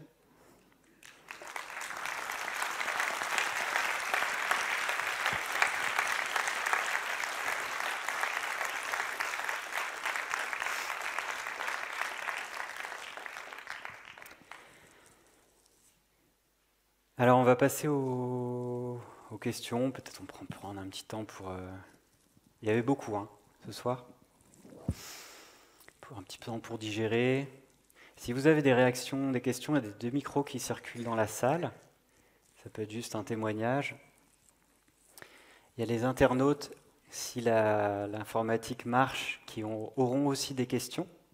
Donc si j'ai bien compris, il y a quelques minutes avec vous et quelques minutes après avec les questions des internautes. Des questions dans la salle? Ou des réactions. Levez la main. Des réactions. Ou des coups de gueule.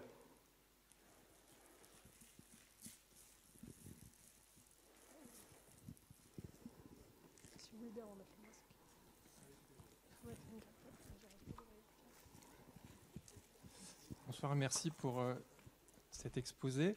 Comment on résiste à un récit de la compétition ou comment on réinvente un récit de la coopération?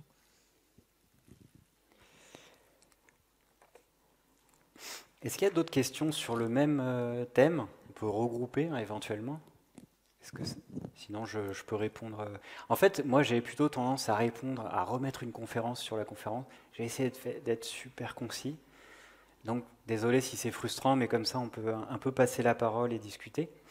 Si quelqu'un veut réagir à ça ou remettre une couche, non?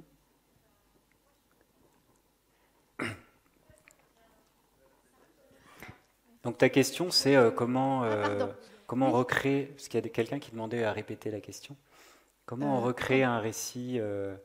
comment on résiste au récit de compétition? Comment on résiste au récit de compétition? Et en fait, moi, je suis enseignante et j'aimerais qu'on arrive à mettre plus de coopération dans les classes, mais j'ai des collègues qui me disent « Oh, mais c'est pas le monde réel. Le monde réel, c'est celui de la compétition. » Donc, ça revient au même.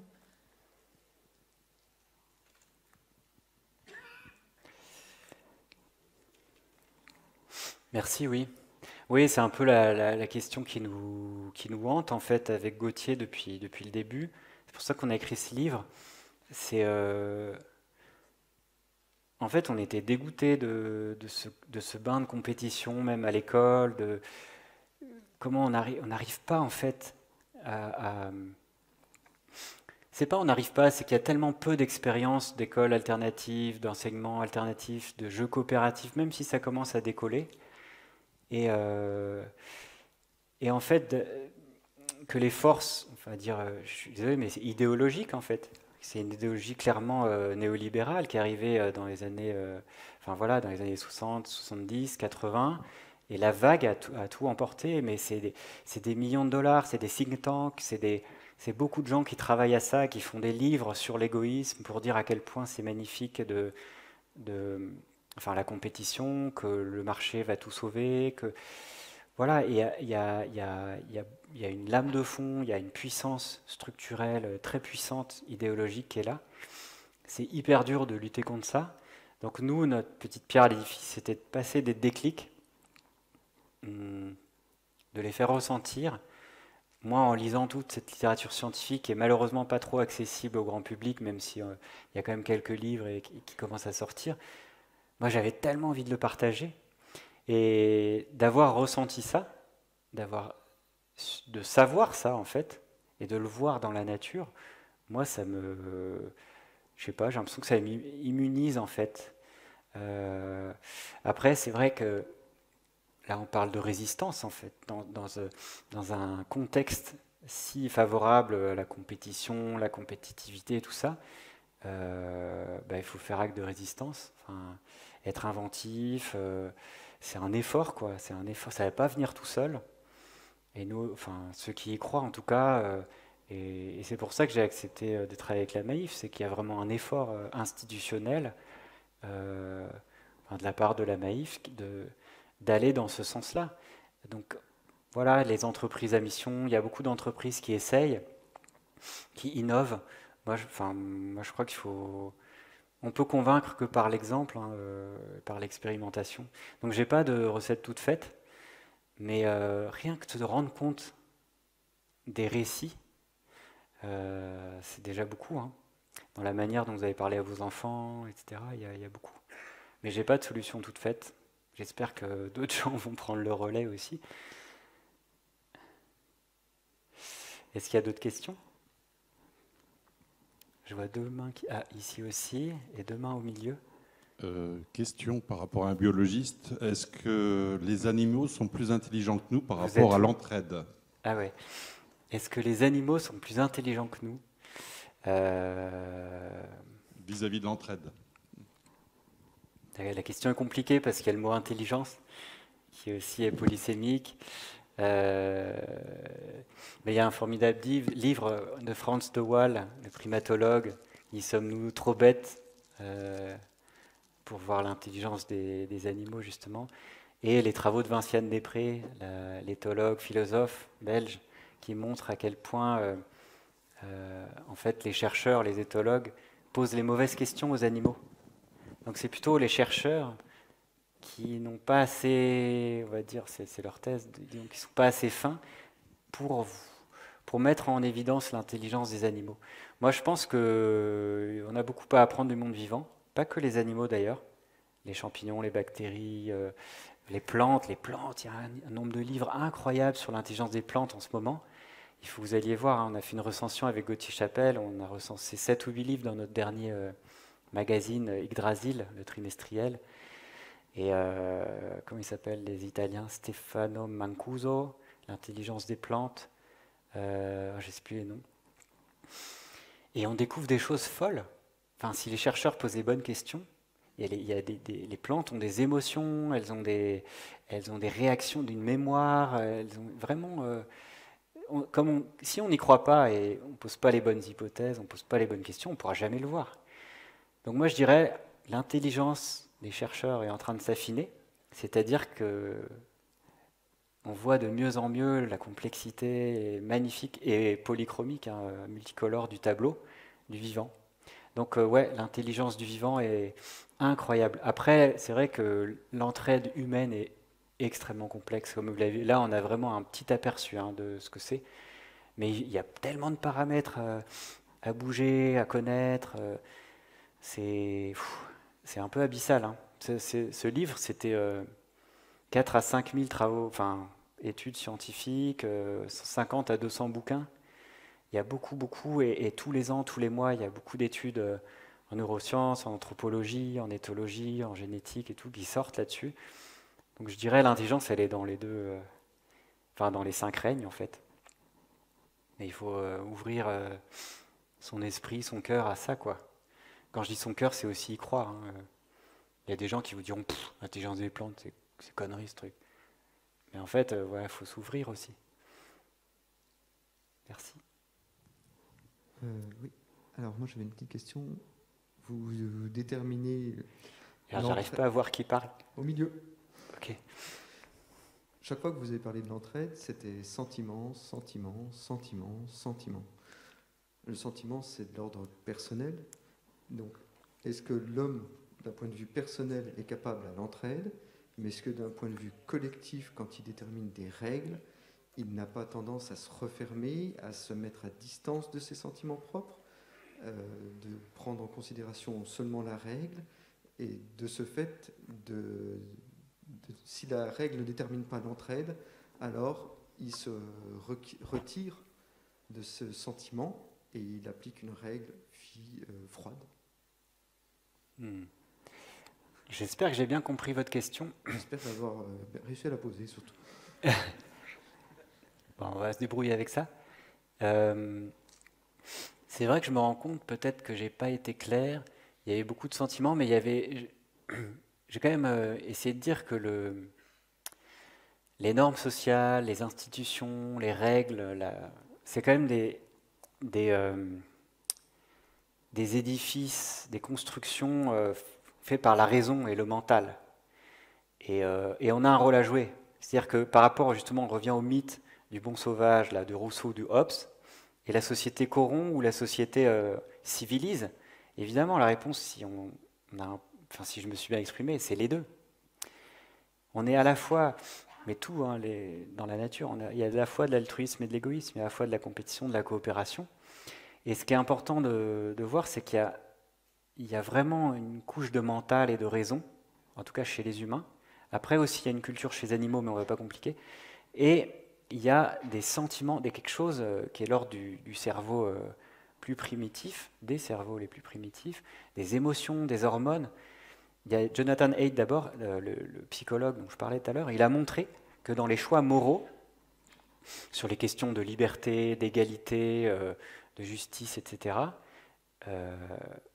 c'est d'abord notre cerveau émotionnel qui fait le choix moral, et ensuite le cortex préfrontal, la raison, passe son temps à essayer à galérer pour démontrer, pour donner des arguments, en fait, un gut feeling, comme disent les Anglais, un sentiment moral qui vient des tripes. Vous n'arriverez jamais à convaincre quelqu'un avec la raison sur des arguments moraux. Il faut aller toucher l'émotion. Donc ce que je veux dire, c'est que nous, les humains, on est vraiment un mélange de sentiments et de raison. Et il ne faut pas laisser tomber l'un ou l'autre. Les deux, il y a une sorte de coévolution qu'on a construite, ça s'appelle la culture, et il ne faut pas rejeter l'un ou l'autre de manière un peu facile. De la même manière, il y a une coévolution, j'espère que ça s'est senti, entre les individus, comme vous disiez, et les institutions. Il y a une coévolution, c'est-à-dire que si vous avez une institution qui favorise la compétition, vous allez favoriser les comportements individuels compétitifs. Mais pas que, on a toujours de la coopération qui sort. Si vous avez des institutions plus coopératives, prosociales, vous allez favoriser les comportements prosociaux, d'accord ? Ça va dans un sens, mais ça va dans l'autre. Parce que des individus qui se regroupent, par exemple justement à la création de la Maïf, des mutuelles, que sais-je, ils disent non, mais nous on va créer une institution hyper coopérative. Hop, et on crée un cercle vertueux, on crée un aller-retour, une institution qui va encore créer des comportements encore plus prosociaux et une culture de l'entraide. Donc il y a une coévolution entre institutions et individus. Et il s'agit de ne pas tomber dans un cercle vicieux où compétition donne plus de compétition, qui donne des institutions encore plus compétitives, où chacun pour soi. Ah ouais, chacun pour soi, ok. Et finalement, ça se détruit, c'est ce qu'on observe aujourd'hui. Les évolutionnistes, je suis un peu long, mais c'est passionnant. Aujourd'hui, ils ont une formule lapidaire qui est géniale. Ils disent dans l'évolution,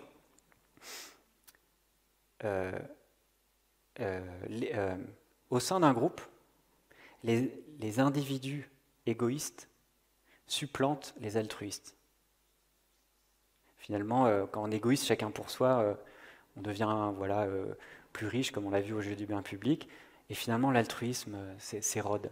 Mais aussi, les groupes altruistes, comme on l'a vu, supplantent les groupes égoïstes. Vous voyez, il y a deux niveaux, et en fait, il y a un équilibre. Parce que finalement, si on est trop égoïste, le groupe meurt. Donc on n'est pas sélectionné par l'évolution. Et en même temps, c'est pour ça qu'il y aura toujours de l'égoïsme et de l'altruisme tout le temps. Et c'est un jeu, un équilibre, un jeu de membrane, et de poupées russes de membrane en plus, et d'institutions. Voilà, tout ça est très fin. Et il y a une coévolution, il y a plein de facteurs. Voilà. J'espère que ce message de complexité que je voulais faire passer est un peu plus clair maintenant. Je ne sais pas si j'ai répondu à la question, mais j'ai essayé de me débrouiller. On a une dernière question avant de passer. Ouais. Simplement, moi j'avais l'impression que l'entraide n'était pas forcément une question d'intelligence, d'émotion ou de règles, qu'elle était surtout une question de survie. Voilà, et dès lors qu'on est en précarité, quelque part, il n'y aura que l'entraide qui nous fera survivre. Voilà. D'ailleurs, on le voit au niveau des animaux. S'ils ne coopèrent pas, c'est peut-être parce que sinon, ils en mourraient.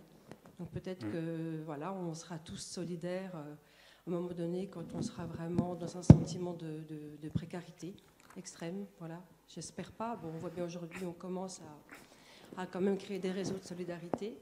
Mais pour autant, ça concerne quand même toujours des gens qui sont dans une conscience d'un danger imminent. On voit aussi que d'autres aujourd'hui s'en foutent complètement parce qu'ils sont dans un déni. Et voilà quoi. Donc peut-être que, ma foi, malheureusement, mais ces récits d'entraide, ils arriveront quelque part avec la notion de danger. Voilà. Merci. Tout à fait d'accord. Et ils arrivent déjà. Hein. Moi, je n'ai pas inventé. Enfin, j'ai rien inventé. Hein. Je participe à tous ces récits et ces nouvelles manières de faire qui sont en train d'émerger. Et on peut même aller plus loin parce que c'est bien que vous ayez retenu ce côté survie et évolution. Moi, je trouve que c'est vraiment sérieux. Là, on n'est pas en train de jouer à oui, on fait une petite culture un peu bobo de l'entraide ou je sais pas quoi. C'est pas le monde des bisounours, quoi, l'entraide. Quand je vous parlais des guerres, vous réunissez, vous levez une armée, c'est aussi ça de l'entraide. Hein. Quand on parle de mafia, c'est de l'entraide. La corruption, c'est aussi de l'entraide. Le népotisme, c'est de l'entraide. Là, je vous parle d'un mécanisme du vivant. Mais ça a beaucoup de côtés sombres, hein, la fermeture d'un groupe, la dissolution du soi au profit du groupe, etc. Et il y a des évolutionnistes qui travaillent sur l'évolution des religions, par exemple. En fait, une religion, c'est un ensemble de normes sociales, c'est une institution qui se donne des règles morales et tout. Et finalement, il y a une sorte de sélection des religions ou des groupes culturels, hein, pas forcément des religions. S'ils créent les bonnes normes sociales qui les font bien vivre avec leur milieu, eh ben, ils survivent beaucoup plus longtemps que les religions ou les groupes culturels qui ont choisi des normes sociales qui leur font détruire leur environnement et ils s'effondrent. Donc en fait, l'évolution sélectionne aussi les normes sociales, la culture, la morale, les sentiments, tous ces câblages, toutes ces hormones qu'on a, je ne vous ai pas parlé de l'ocytocine, tout ça a été sélectionné par l'évolution et nous a fait devenir, paradoxalement, très fragile, comme je disais, et très puissant. Et aujourd'hui, le paradoxe inverse, c'est notre puissance de colonisation de l'homme moderne occidental qui a réussi, elle est partout sur Terre et il bouffe tout. Et c'est cette puissance qui nous rend aujourd'hui très fragiles. Et voilà encore des équilibres. On peut parler des heures. Vous m'avez branché là, mais oui, je suis tout à fait sur la même longueur d'onde. Donc on n'est pas en train de jouer à un petit jeu. Pour moi, c'est une question de survie, ouais. Si je suis là ce soir, c'est pour ça. Hein. J'ai des enfants aussi. Et là, le temps des pénuries aujourd'hui, c'est très... si vous avez suivi un peu l'actualité, hein, les pénuries de bois, de métaux, de jouets à Noël, voilà, on y est. Comment on va réagir alors qu'à la tête de l'État, il y a quand même je dirais un bourrage de crâne de la compétitivité, etc. Un autre exemple, je termine par là, en quelques secondes. L'Europe. On a construit une Europe politique. Pas vraiment, on a construit une Europe économique. C'était quoi l'Europe économique? Je simplifie, hein, mais on n'a même pas créé une membrane. On a enlevé les membranes et on a mis tout le monde en compétition. Tous les pays. Et évidemment, le fameux plombier polonais, là, tout le monde remet sa carapace.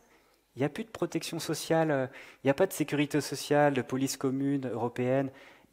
On n'a pas fait la membrane de sécurité. Les gens se sentent en insécurité parce qu'on a mis de la compétition partout. Et donc, c'est quoi spontanément la carapace de protection pour se sentir en sécurité qu'on met? Celle qu'on a apprise bêtement à l'école, la nation, du coup montée du Front National.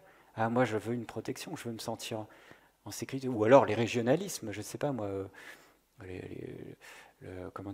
la Catalogne, les Basques, ça peut être autre chose, ça peut être juste tout seul. Moi je veux plus entendre personne et je me replie sur moi-même et on voit beaucoup de dépression. Donc voilà un exemple aussi de construction qui est partie de travers, quoi. On n'a pas mis les bonnes membranes là où il faut. Alors après question Internet. Oui, on va passer aux Ok. questions Internet, après la belle question d'Hélène. Merci Hélène pour cette question.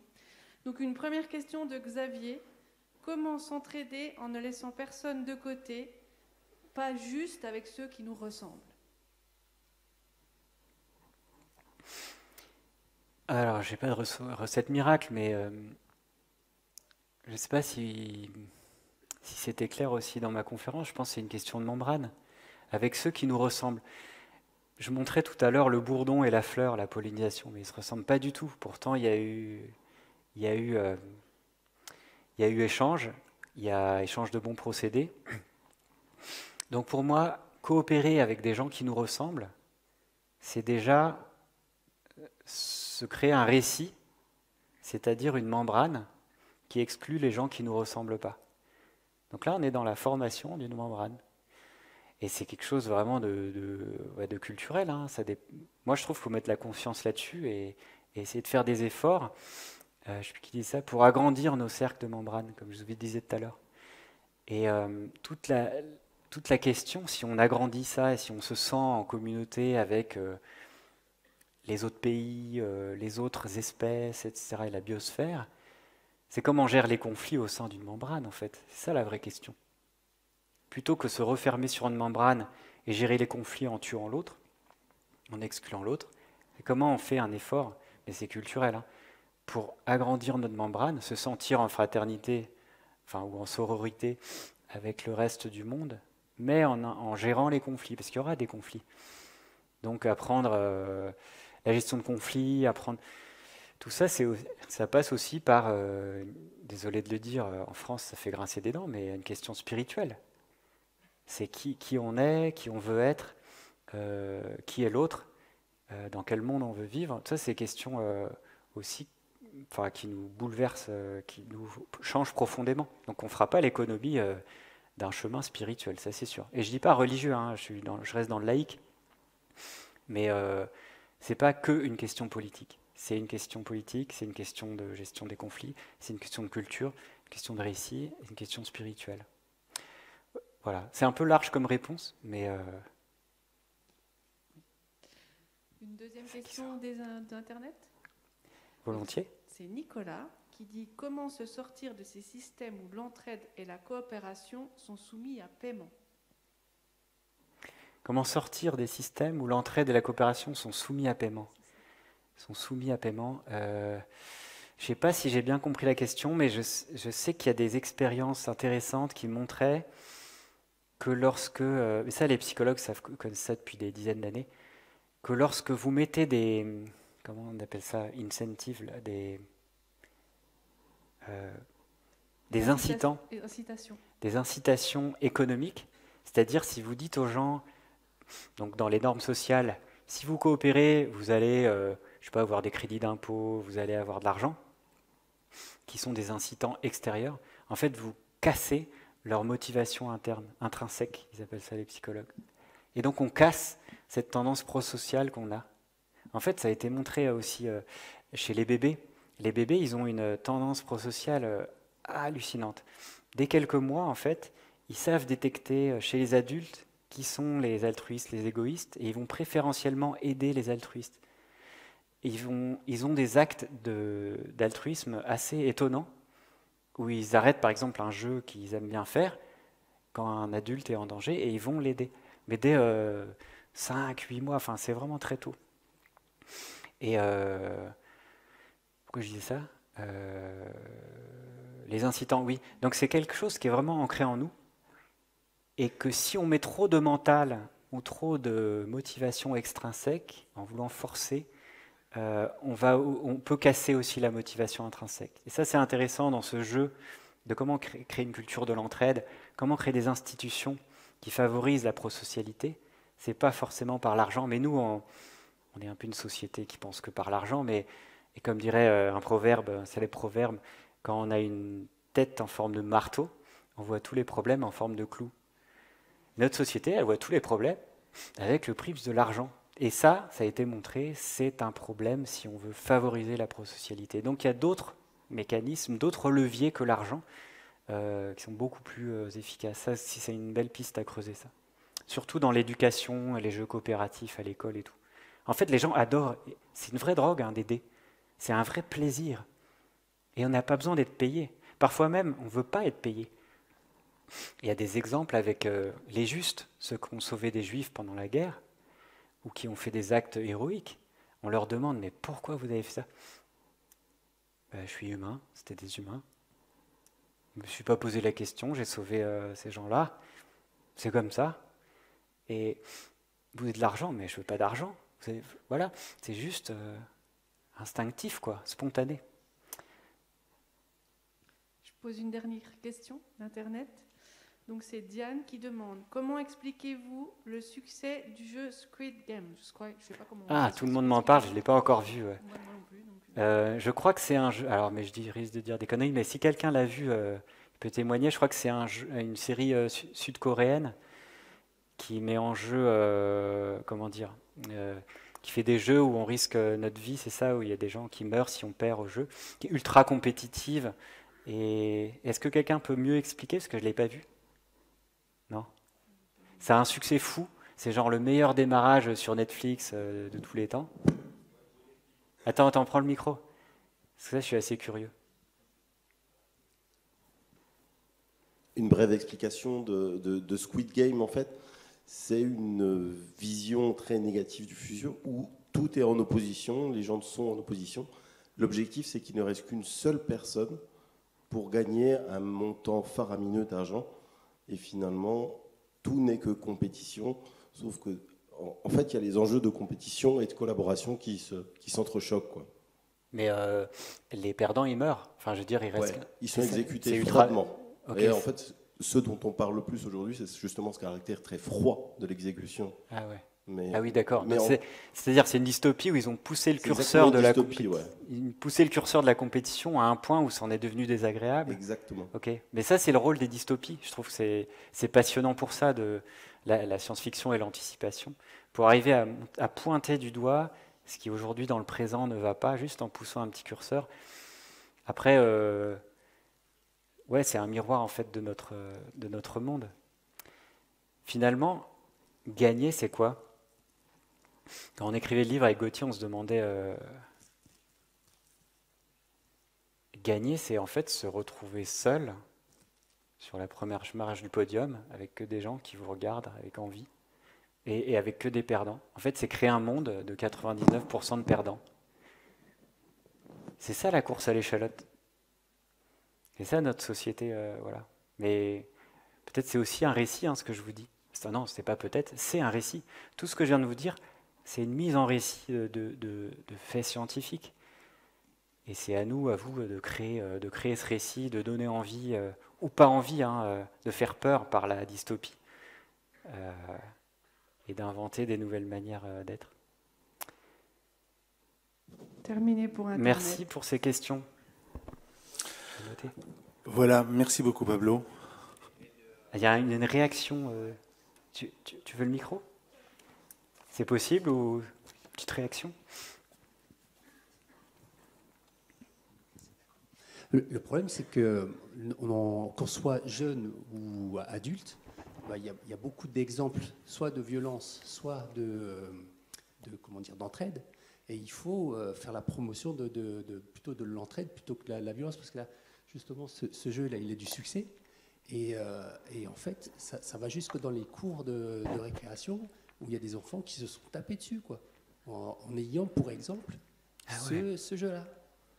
Et donc voilà, c'est vraiment quelque chose qu'il faut dénoncer, quoi. Il faut vraiment encourager, donc plutôt de donner des exemples d'entraide plutôt que de montrer sans arrêt des exemples. Ouais, mais peut-être, oui, je suis d'accord, il faut faire attention, mais aussi on n'a pas montré le nombre de gens qui ont pris peur et qui ont pris conscience avec cette série du monde dans lequel on vit. Peut-être que ça a eu des effets positifs qui ne sont pas mesurés encore.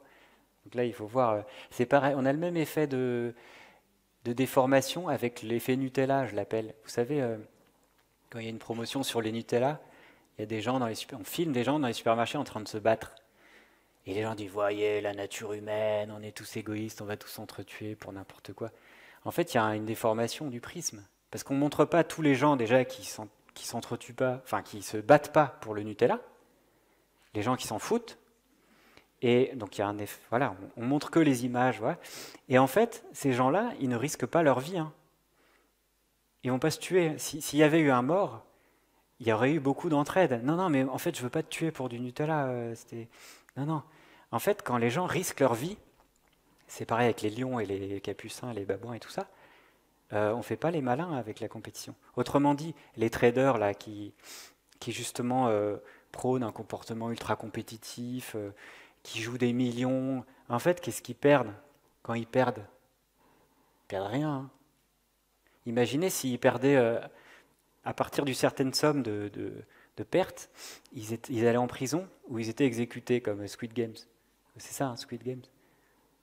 Ils ne feraient pas les malins en fait. Ils ne prôneraient pas la compétition. Ils seraient beaucoup plus prudents. En fait, quand on risque notre vie, nous les humains, on est plutôt enclin à la sécurité, je voulais dire, sécurité, confiance, équité. Et c'est ce qu'on recherche en temps de catastrophe. Donc en fait, ceux qui prônent la compétition, c'est ceux qui sont dans l'abondance et qui risquent rien. Vous avez remarqué? Ils risquent rien. Ils risquent pas leur vie, ils risquent pas leur poste, ils risquent rien. Et c'est facile du coup de prôner la compétition, ça divise tout le monde. Regardez à qui ça profite. Point de suspension. Merci pour votre attention.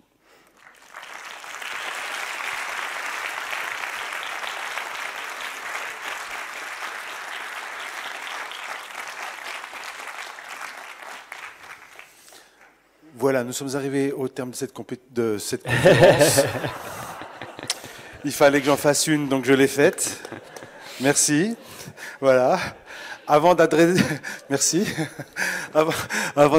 des remerciements, moi j'aimerais bien que mes copains militants de Belfort viennent vers moi. Il y a Valérie, il y a Pablo, il y a Gwenelle qui est là. Et j'aimerais aussi que Corinne, tu viennes un petit peu vers nous. Voilà, parce que sans l'aide de Corinne pendant 14 mois, on n'aurait pas fait grand-chose ce soir. Elle a travaillé beaucoup, elle nous a beaucoup aidés. Et puis le collectif militant de la Maïf de Belfort, il y est aussi pour quelque chose. Voilà, on a tous bossé ensemble. Il est où, Pablo? Il est derrière moi. Tu peux venir aussi. Voilà. Voilà. Donc, sans ces personnes-là, on n'aura pas pu tenir cette conférence-là ce soir. Voilà.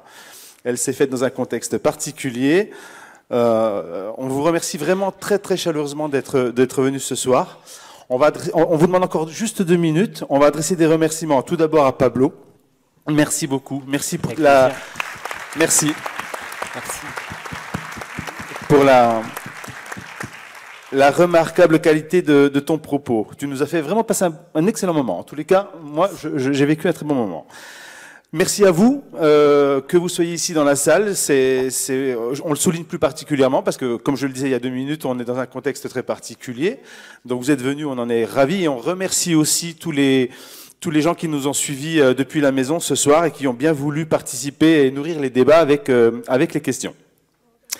Avant de nous quitter, et parce que votre opinion compte pour nous, nous vous remercions de bien vouloir déposer dans des urnes qui sont dans le hall d'entrée derrière le petit questionnaire qu'on vous a donné. Le remplir, on s'en sert, ils ne finissent pas en classement vertical, mais on s'en sert vraiment pour améliorer le contenu de vos conférences et être toujours beaucoup plus efficient. Voilà. Remercier aussi nos internautes, les gens qui le suivent à distance, ils vont le recevoir en ligne, donc on compte sur eux aussi pour remplir ce petit questionnaire. Voilà. On vous souhaite vraiment une très bonne soirée à tous, un bon retour. Prenez tous soin de vous. On n'en a encore pas fini avec ce vilain virus. Merci à tous, vraiment, merci beaucoup.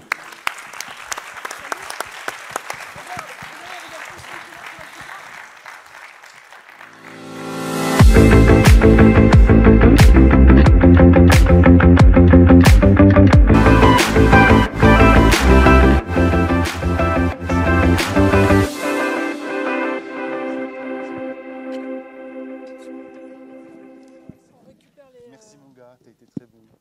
Ouais, vraiment. Super, t'as rien perdu.